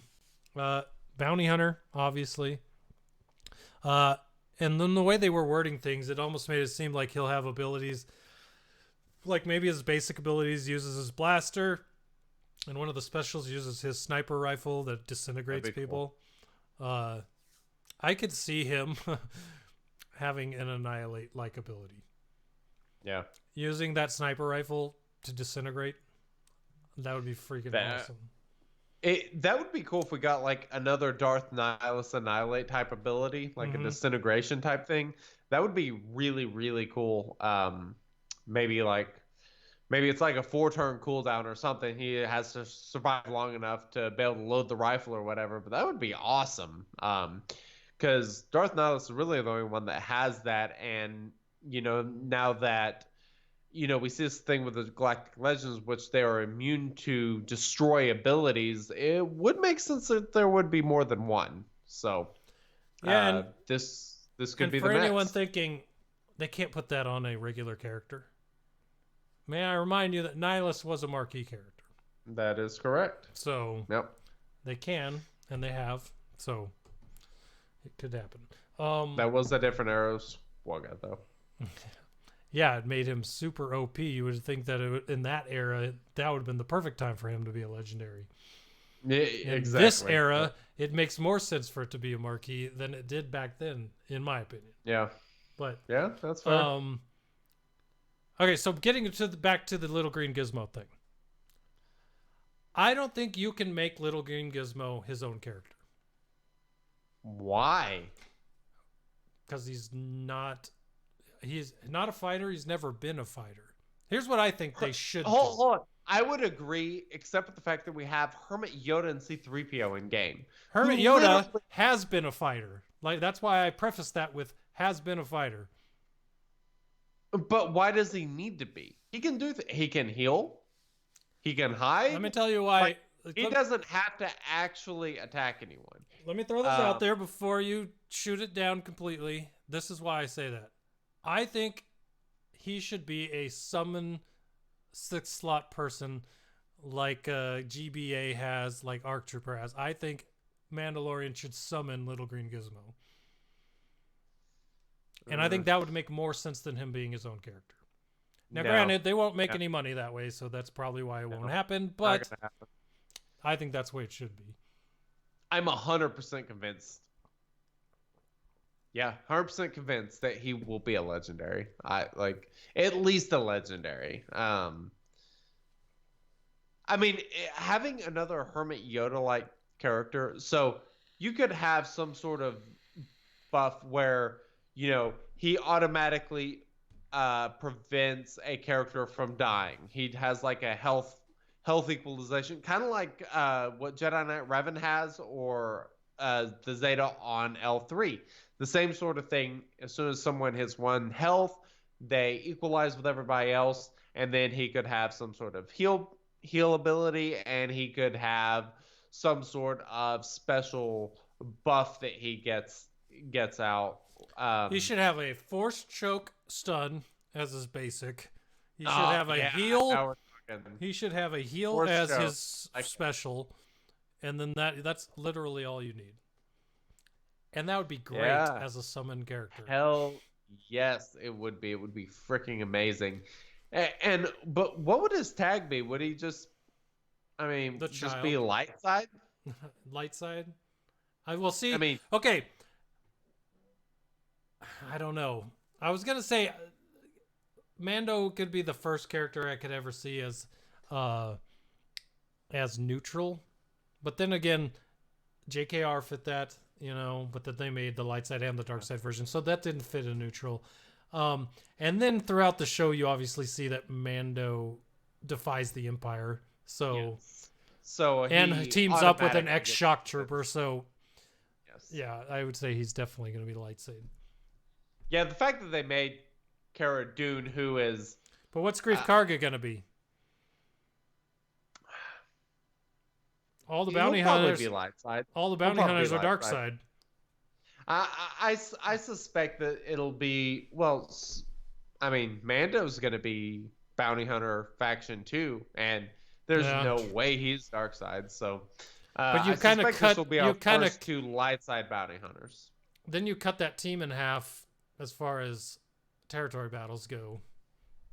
So that'll be interesting. I kind of have this weird feeling that Mando will have this synergy that extends outside of bounty hunters, and Greef Karga will be a dark side bounty hunter. I guess we've seen them go at different points, so it kind of depends on when you look at. But I just, Greef, I don't particularly see as being dark side, because I don't think he is. Yeah, well, he helped Mando to defy the Empire, so I mean he has light side in him, but the first part of the whole series he was against Mando. Yeah, but he wasn't dark side either. He wasn't necessarily pro Empire, so I could see I could. He was sure all about that.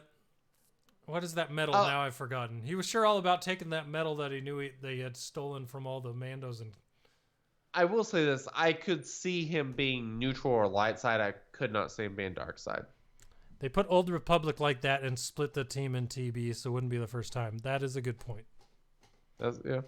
So Beskar, Beskar still. That's what Beskar. So that pretty much covers those characters, and like I said, that's my prediction is that little green Gizmo, cute little guy's going to be a legendary come this fall whenever season 2 actually comes out. That's my guess. We'll see what the hell actually happens. However, let's skip over the disappointment and keep talking about things that are super exciting. And that is plans to celebrate the 40th anniversary of The Empire Strikes Back. What say you, sir? What say you? Yes, please. Hell yeah. Maybe. Want a rework? No, here's what I want. Rolo rework. Hot Han doesn't really need a rework. I think he's good enough as is. But Rolo... Interesting. She's awful. Rolo, come on. She's really awful. As a TB reward character, nobody uses her. Remember when Yoda wasn't good? And you were like, this is the first legendary, and he's terrible. What are we doing? We worked so hard what to makes it worse is they nerfed him. Oh, yeah. I also remember that. So, I don't know, man. I do think Rolo needs to be reworked. Make her usable for a character that took a lot to get back then to be so bad from the get jump. She needs some kind of rework. Here's what she needs. She needs a rework. She was a territory battle reward. Make her a effing beast in the new territory battle.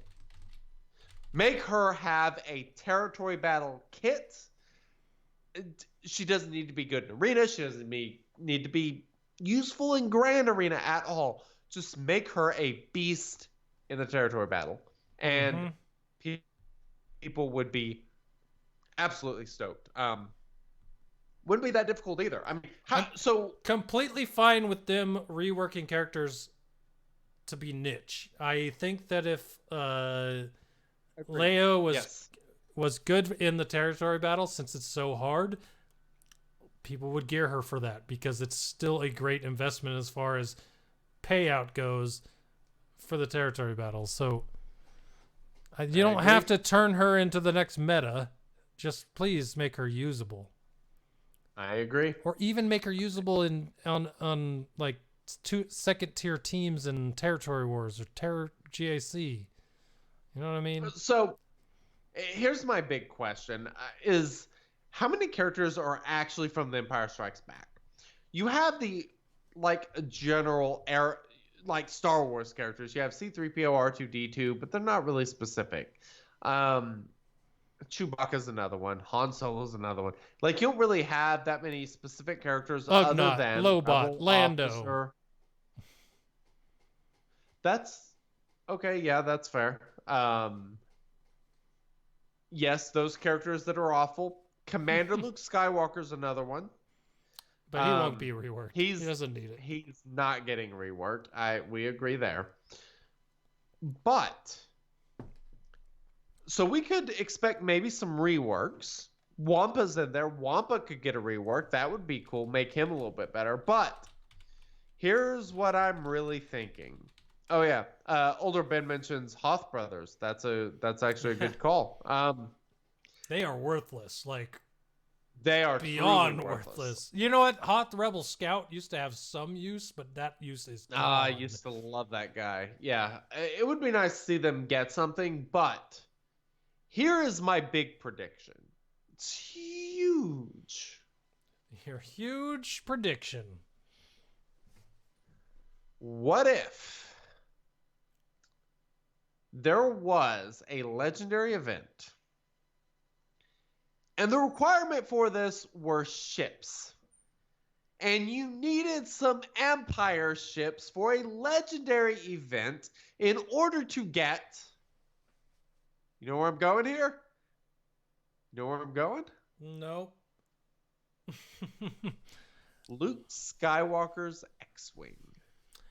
So Red 5, I still think that, and I think this would be terrible and I don't want it. I still think that would be awesome.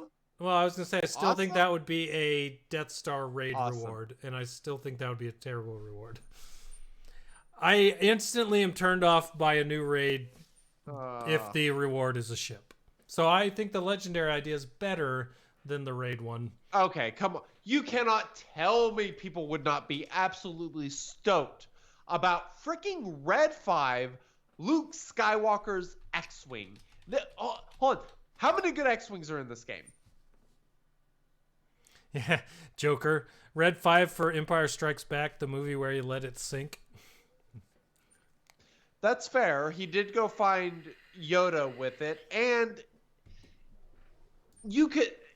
That is the first movie in which it's like a recognizable, iconic ship. It wasn't really that iconic in the first movie. Who cares? But it was pretty essential to Empire Strikes Back. That's how he finds Yoda. It's how he gets his Jedi training. He then takes that ship to go to Cloud City. Red 5 would be the perfect ship to have as a legendary event. And I'm going to name you the Empire ships that we currently have in-game because I think that's what it would require. It would require either the Chimera or Executrix and these 5 ships. Emperor Shuttle, TIE Reaper, TIE Advance, Imperial TIE Fighter, and the Gauntlet Starfighter. Most all of these are characters that there is no need to relic. Garin, Imperial Super Commando. Oh, God. TIE Fighter Pilot. That's how they'll make you gear Gar. Vader, there is use for. Death Trooper and Shore Trooper are good. Not a ton of them relicked. Emperor Palpatine, obviously, an F ton of them relicked at this point, and more people going for them. But Royal Guard, zero need. Make it to where... This is my prediction, is that this event will be difficult enough that you actually need reasonable gear levels on these ships and these characters, and then either Chimera or Executrix, one of them you'll get to pick, but that will be how you get Red 5, and that will be part of the celebration of the 4th anniversary of The Empire Strikes Back. Interesting idea. I mean, I'm not opposed to it. It's a legendary. It's something that... It's one of those... legendaries are fun. Figuring out how to do them, figuring out how to beat the legendary events. Those are fun. Last time I had this sort of conviction, it was about bounty hunters to get the Millennium Falcon. It's been a while, I know, but that's how confident I feel about this. I think the Red 5 is coming to the game, and I'm pretty excited about it. I think it's coming to the game, and I think it's going to be a raid reward, and I'm not excited about that. But Would you prefer a legendary or a raid? Legendary, reward? No doubt. Interesting. Okay. I do not want to ship as a raid reward ever. I'll be honest. Ever. Starting tomorrow, the Emperor Shuttle, I am farming hard. Emperor Shuttle, yeah, that's a good one. And if the only other things you're doing right now are the resistance people, then that's not a bad one. Yep. So, yeah, I don't know, man. It'll be interesting to see what they decide to do, if it even means reworks. For sure. Yeah. One thing we haven't talked about yet is that a lot of people look into these weekly shipments changes to mean something else. And if you don't know what I'm talking about, if you go to the weekly shipments, that's a good point. Right now you can look, and they have been changed, and now they are offering you Mace Windu, Plo Koon, and Isla Secura shards for credits. 4 credits. Which I would love to see. We need a Naylor rework. She is absolutely awesome. I'm hoping. Not optimistic, unfortunately. I keep thinking that now's the time, and then they keep dropping announcements for other things like Mandalorian. I don't think there's a time frame for a Jedi rework unless they're doing that this month, and Mandalorian is next month. Sorry, not to change topic, but Joker has a great point in chat. He says, "Nah, my non-money is on the TIE Bomber." Because the last Q&A, they did mention that specifically out of nowhere. They went out of their way to mention the TIE Bomber. So that is actually a good point. We could definitely see the TIE Bomber. And that could actually tie in with what I'm talking about. So they could still go into what you say. Yep. So keep your eye out for that. If they introduce the TIE Bomber as like a marquee or something, then I'm really going to be thinking Red 5 as a legendary. If TIE Bomber is the legendary or something, then maybe not so much. It would be an odd legendary. Unnamed ship as a legendary. You get out of here. Yep. Not you, them. But, you know, with the way they've been thinking lately, who knows? So. All right. So what else about this very exciting post? Just so exciting. We should probably talk about that after. Let's talk about initial responses to this post. Okay. You want me to go first? Yes. All right. By all means, sir. I have just, shown outwardly all the emotion I have for The Mandalorian. I freaking love that show. I cannot wait for season 2. I already know certain things that are people that are going to show up in the next season of Mandalorian. I am stoked for season 2. This announcement hit, and before I even got past the title picture of the show, I was already disappointed. Interesting. Because as much as I love that show, the only thing I wanted to see in State of the Galaxy was content. Something playable, the same stuff I've been talking about for 3 or 4 months. Yep. But if you read through the entire post, playable content is not mentioned once. Not even once. They didn't even hint at it. They didn't give you anything to be excited about or even to hold on to for this. They didn't give you anything. And as much as I love The Mandalorian, I don't care about new characters. I don't want new characters. I don't want characters. It's not content. It's just another thing I have to unlock in gear, which is not fun. Okay. It's the same shit every day. You do the same shit every day. You don't play. You're just looking for green pluses so that you can hit them and feel like you accomplished something. It's so annoying. All I wanted in this post was some snippet or hope that playable content was coming. And that's why I said we ought to wait. No hope for you. And that's why I said you had to wait on the rest of the post, because the only thing I can get out of that entire post that makes me hopeful at all is the fact that they said there's a title update coming this quarter. Title updates usually come with new stuff. Yeah. Not characters. Title Characters can updates go are in good. anything.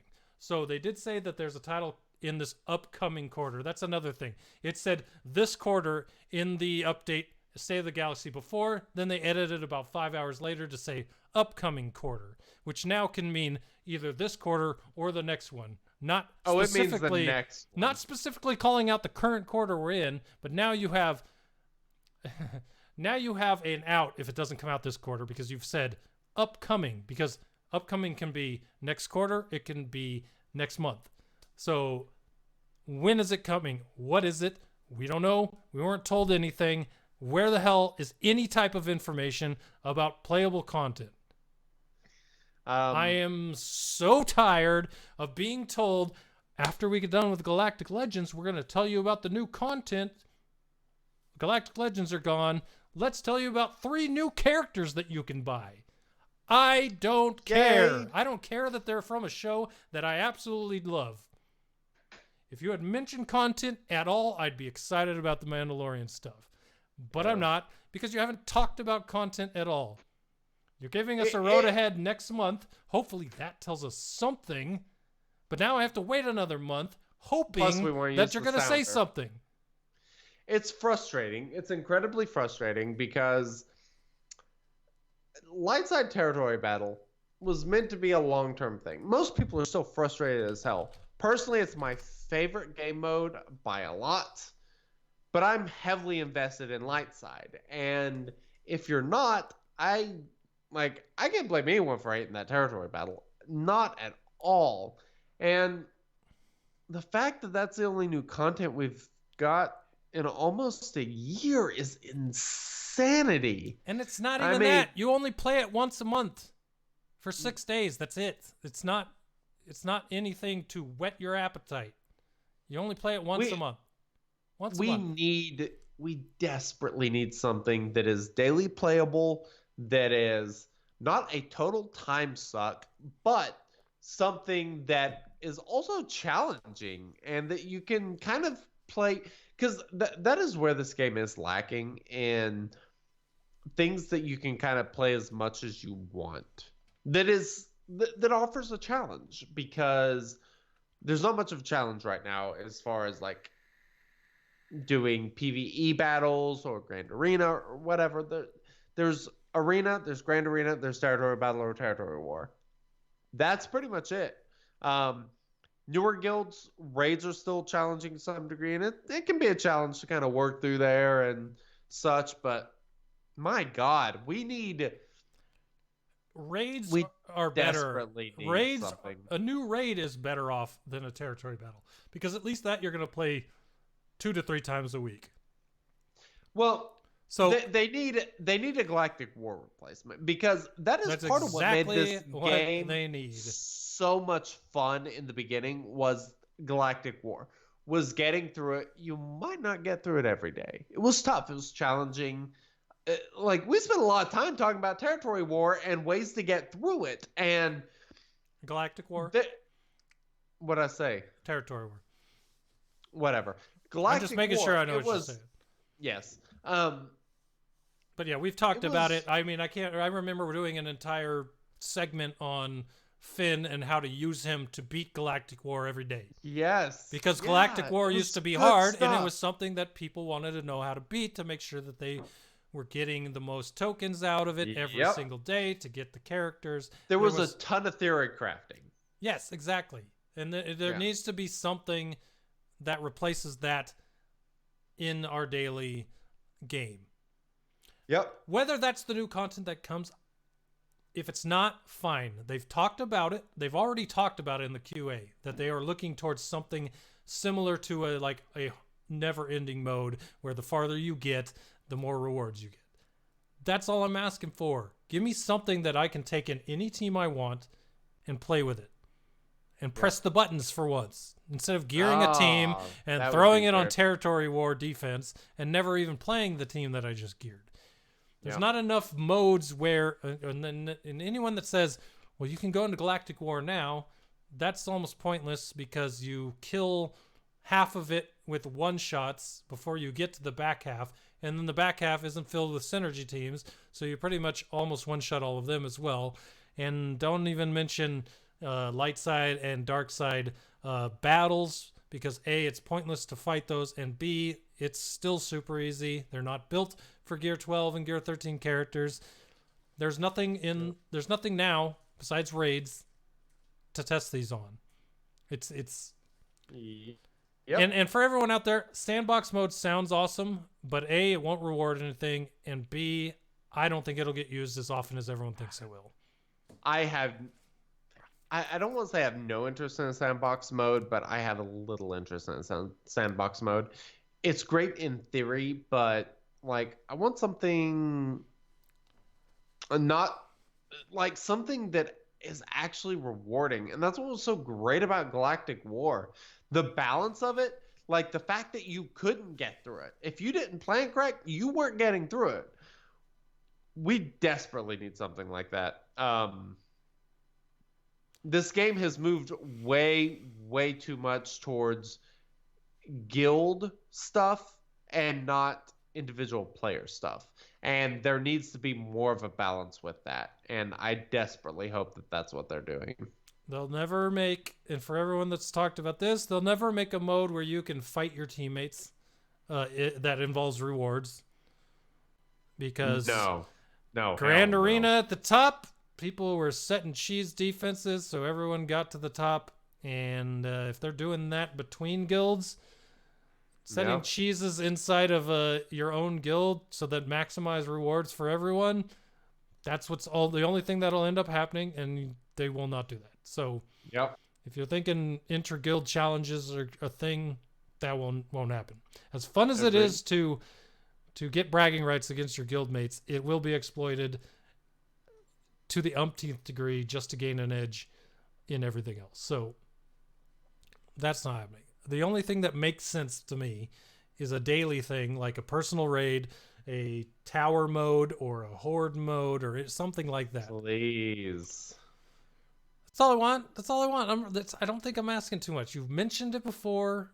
All I need is a teaser. Give me something to go off of. I honestly, I am super stoked for these Mandalorian characters. Like, I'm not going to say I'm not excited for them. I am excited for them. But it took so much wind out of my sails not seeing a single word about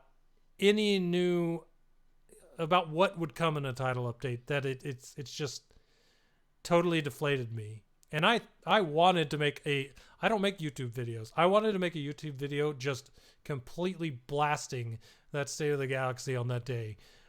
You should have. But I waited for this podcast. So, and I'm still moderating myself because I know that lately I've been annoying everyone. But I'm going to be, I'm completely honest with people. I am tired of just gearing characters. I want to play the game. And if I have to wait 4 more months to be able to just play this game the way I want to, I don't know that I can do it. I'm just so tired.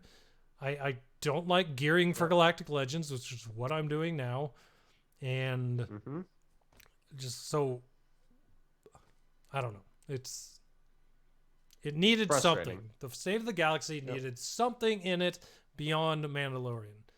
And it did not deliver. Did not deliver as far as content goes. And I'm going to keep screaming content until we hear about some.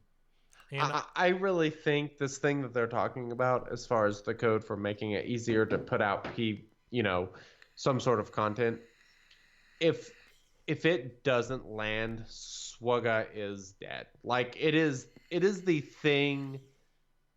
They are throwing the lifesaver from the boat to all the players in the water, and you either get it within swimming distance or you don't. And that's kind of how I feel about this thing. It really needs, they need some new content to hit home, because this game used to be amazing. It's fine at this point. It's fine. It's really the only game I play, but other than Words with Friends, which I've never not played. The biggest problem I have is like I'm worried about when we do get it just being so like devastatingly hard that it ends up not being fun. And you're like, I waited all this time for this, and this is what you gave me. After Light Side Territory Battle, it is a concern, but keep this in mind. But that's why like a tower or horde mode is okay, because it starts off easy, and you work your way to the hard. Not only that, but there were various tiers. Galactic War was really well done in the beginning, because the teams that you faced were entirely dependent upon your roster. I mean, the better your roster got, the more difficult teams you faced, until you got to a point in which you broke Galactic War. But they can do that. They can make something that scales difficulty-wise. It's just, how are they going to do it? I have to comment on Joker's posts in chat, because he said it twice now. He is predicting we don't get content at all this year. So if that happens, won't make it to 2021. I say if that happens, there will not be a Shattered Order podcast anymore. That's fair. Yeah. At least not one with me on it. I'm at the point now where you've got till the end of the summer to give me something. No, at that point, the Shattered Order podcast would transition to a different topic. It would just be, we would be something SO else. After Dark with alcohol and nonsensical stuff. But we can finally start our football podcast. Exactly, yeah. But yeah, we need something. Something's got to happen, and I do not believe that. I understand what you're saying about them trying to transition the way they do their code, but you cannot kill your game in the process. There has to be content coming, or I agree. People will leave in droves. And it's been a long time. Lately, I feel like I'm the only one on this mountain, or on this hill, or anthill, or whatever you want to call whatever I'm standing on saying this. But it's a volcano at this point. Yeah. I don't feel like I'm the only one. Sometimes I feel like I'm the only one because, people that really love this game, listen to podcasts and want to be excited about the game. I want to be excited about the game. In fact, I am still excited about this game. I still enjoy playing it. I just need something more. So if nothing more comes, that's going to be a big problem for me. Especially since the fact that I haven't spent money on this game in 4 to 5 months. And I used to spend a lot of money on this game, and I didn't have a problem with that because I loved what I was getting, and I loved being able to use it. But I feel like spending money on it now is not giving me any advantage to what we have in the game now, unless it's light side territory battles. And then I'm not that stoked to be doing amazing at that. The only reason to be stoked about that would be cam shards, and we already have the characters for that. So I don't know. All true. Can't disagree. You guys could be in trouble. No SWGOH, no football season. What other hobbies do you have? Beards, like you said, Chickenbottom. We'll have the beard and podcast. Alcohol. Yeah, the beard and alcohol podcast.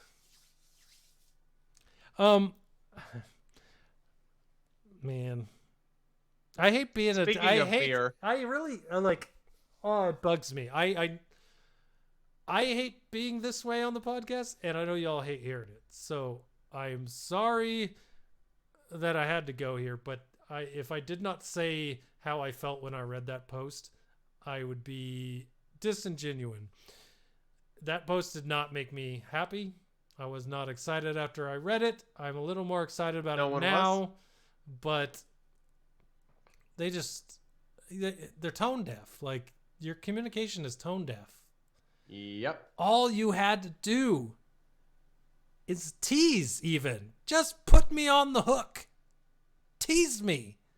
Yeah. But you didn't do anything. You didn't say anything about anything. It's frustrating. Well, and there's a Q&A coming up on the 23rd of this month, so hopefully somebody will ask that. Maybe they'll use that to release something. They won't, but you never know. That would be the best birthday present ever. Yeah, that's because fair. somehow the That is QA fair. winds up on my birthday. So if it falls flat That's on true. my birthday, then I will be very upset. Yep. So next week will be the podcast. Actually, will there be another podcast before my birthday? I do not remember. Your birthday's May Yes. something, right? Yes, May 2nd. I am a little over a week after you. So, yeah, we'll actually have 2 podcasts between our birthdays this year. That usually doesn't happen. Yeah. It's usually only 1. But anyway, works out this time. Very exciting stuff. So if you want to give us a birthday present, go to patreon.com/shatteredorder. We would appreciate your patronage. You guys are great. We love you. There's only one more thing that I wanted to talk about. So if you could hit the Do you have any tips for us less experienced players? So I got a very big tip here. I'm sure you do. Very big tip. I did not think you knew My where I internet was going froze with you. that. I did not think you knew where I was going, and then suddenly the sounder's playing over my voice. It was Nice. Very nice. fill out your bingo cards. All right, so One of these days I'll have good internet, I swear. so we really didn't worry about this too much during the Grand Arena stream before this. Yeah, But we as did you it can all. tell, not worrying about it can either go really well for you or very badly for you. That's true. Wink's at 8 out of 50. I'm at 32 out of 50.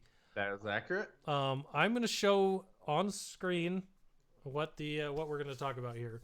I've seen a couple Okay. posts on Reddit about this. People were talking about it in our Discord, so I kind of wanted to talk about it. Okay. And we'll talk. It leads to probably a more in-depth topic whenever we choose to do it about some of these more unique buffs and debuffs they keep putting in these feats. But I think the speed up buff is more interesting as a topic because for whatever reason, you cannot sort on SWGOH by speed up. Like it doesn't exist on SWGOH. So figuring out who does speed up and the best way to do it is all theory crafting because you can't figure out the characters on SWGOH. You got to go in and read kits. But yeah, Okay. so the feat was gain speed. It's I feel the need, as the popular saying, I feel the need for Benadryl. Sorry, speed. Who doesn't love Benadryl? Write that quote down. That's mine. I feel the need for Benadryl. Gain speed up 50 times in Grand Arena. Speed up is not an easy one to gain. So No, it's not. Very rare. I'm going to call out some of the people here on Reddit and their suggestions, and we'll talk about them a little bit. But I think the best suggestion, we'll figure out who the first person to say it here is. I don't even see it. Okay, here you go. Baristo guy. I thought it was, is barista still a guy? I don't know why you'd need to be baristo. But okay. Baristo guy says, use a Jedi team. Give speed up to Yoda with Bastila, pass it to the whole team. That's 5 times at least each battle. And it can be more than that, depending on what you decide to do. I think that is one of the biggest ones to do, and I was mentioning this to Wink during the GAC podcast, but if you fight a Night Sister team with your Jedi, get it down to zombie and +1, so whoever it is, Acolyte, Spirit, whoever you want to leave there, then you can just keep wailing on Acolyte, keep giving speed up to Yoda, keep spreading it to the team, and do it over and over as long as the 5 minutes permits until you get to 50. That's one way to do it. Mm-hmm. You got any others off your top of your head? So BB-8. The 3 I thought of: Bastila Shan, BB-8, and First Order Special Forces TIE Fighter Pilot. who can give it to all of his first order buddies. That's one I like. I like BB-8 a ton. Good old Maurice mentioned in chat, this is actually a great idea. Find a Vandor or Nest and just go to town with BB-8. You could actually also do it versus First Order. You could probably auto basic. What? No, you couldn't auto basic. You'd have to actually. Yeah, you probably couldn't auto basic. But you could basically do what you did in the Grand Arena prior and just try to get BB-8 off as many times as possible. Don't even laugh. I was gonna say, excited. He's got his lighter out. And, awkward teenager laugh. Excited about that lighter. Yeah. Get BB-8 off as much as you can. You didn't have to repeat it. Like, you said it. Let it go, man. Let it go. So those three are great. Shout out to Forsuero, who mentions Chirpa. So actually, Ewoks are actually a pretty good idea because he can give it to all of his teammates. And really doesn't have to be Ewoks. You can just use Chirpa because he's a buff giver. He likes to share the buffs. He's so sweet. Cute and cuddly. Who doesn't love Ewoks? They're adorable. Total tangent. Anyway, speed up. I can't really think of anyone else that does. I got one for you. That does speed up. What? Now, granted, it will involve. What is going on with? I know there's another one.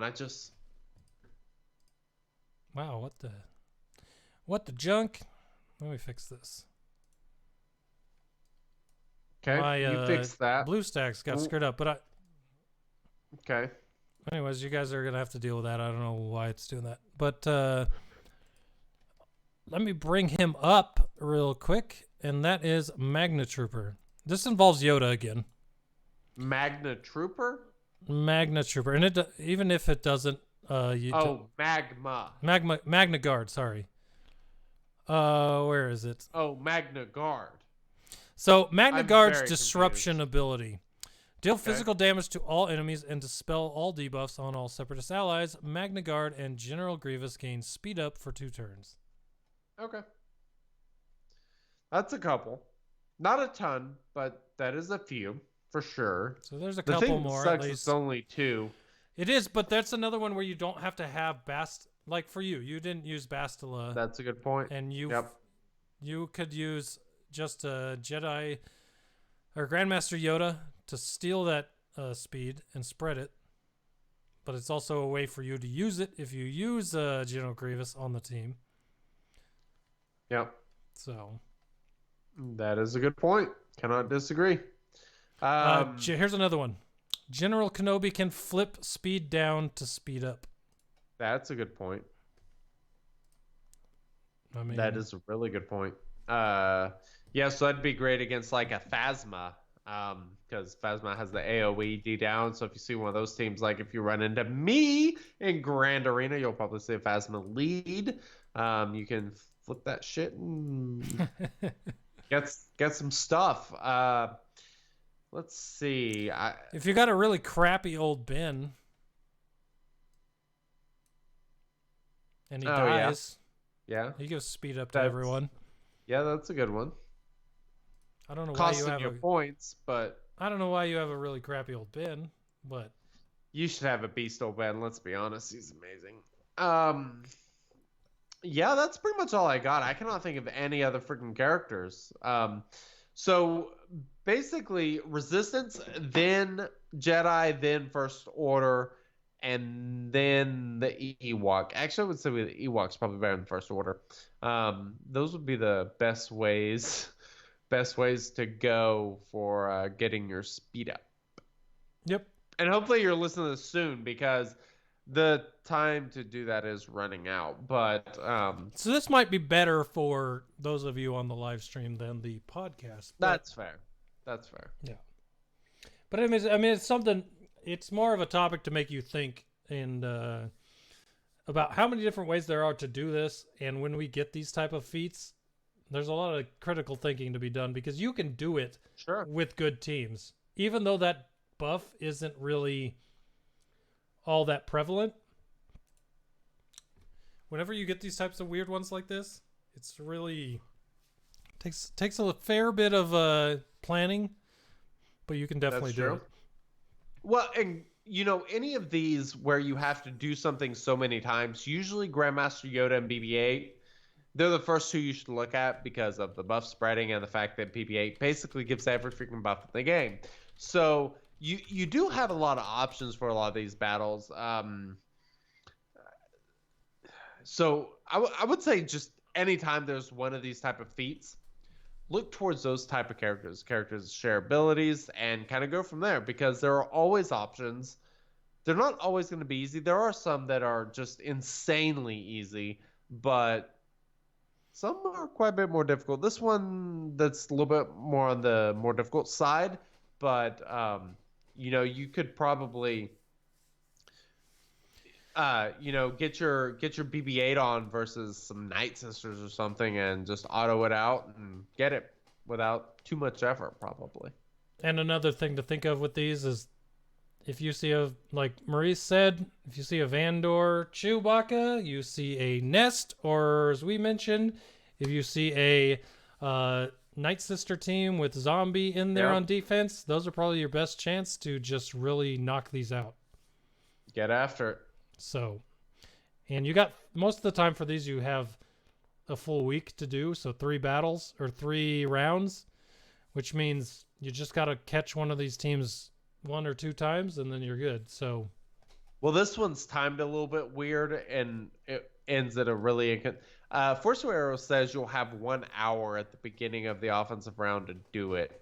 I haven't confirmed that that's the time, but Force Arrow is better than me at Grand Arena, so I'm going to take his word for it.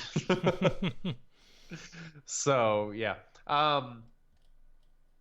You have anything else you want to mention about the speed up buffs in Grand Arena? Only to say I am only talking about this because I've realized that feats are a huge boost on my way to try to get to Kyber this season. So, trying to get them all in as much as I can.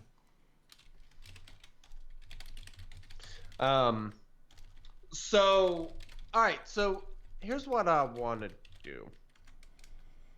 Next week, I want to dig deep into Grand Arena and modding. There's some teams that I think you can get some big benefits from modding correctly. So I'm sure there'll be some news or something, but like the main segment for the show next week, I want to dig into some of these teams and talk about mods and Grand Arena team comps and modding them properly and that sort of stuff. So what do you think? I like it. I kind of like the idea of the healing, protection, and health. Trying to get the most out of your. I like that.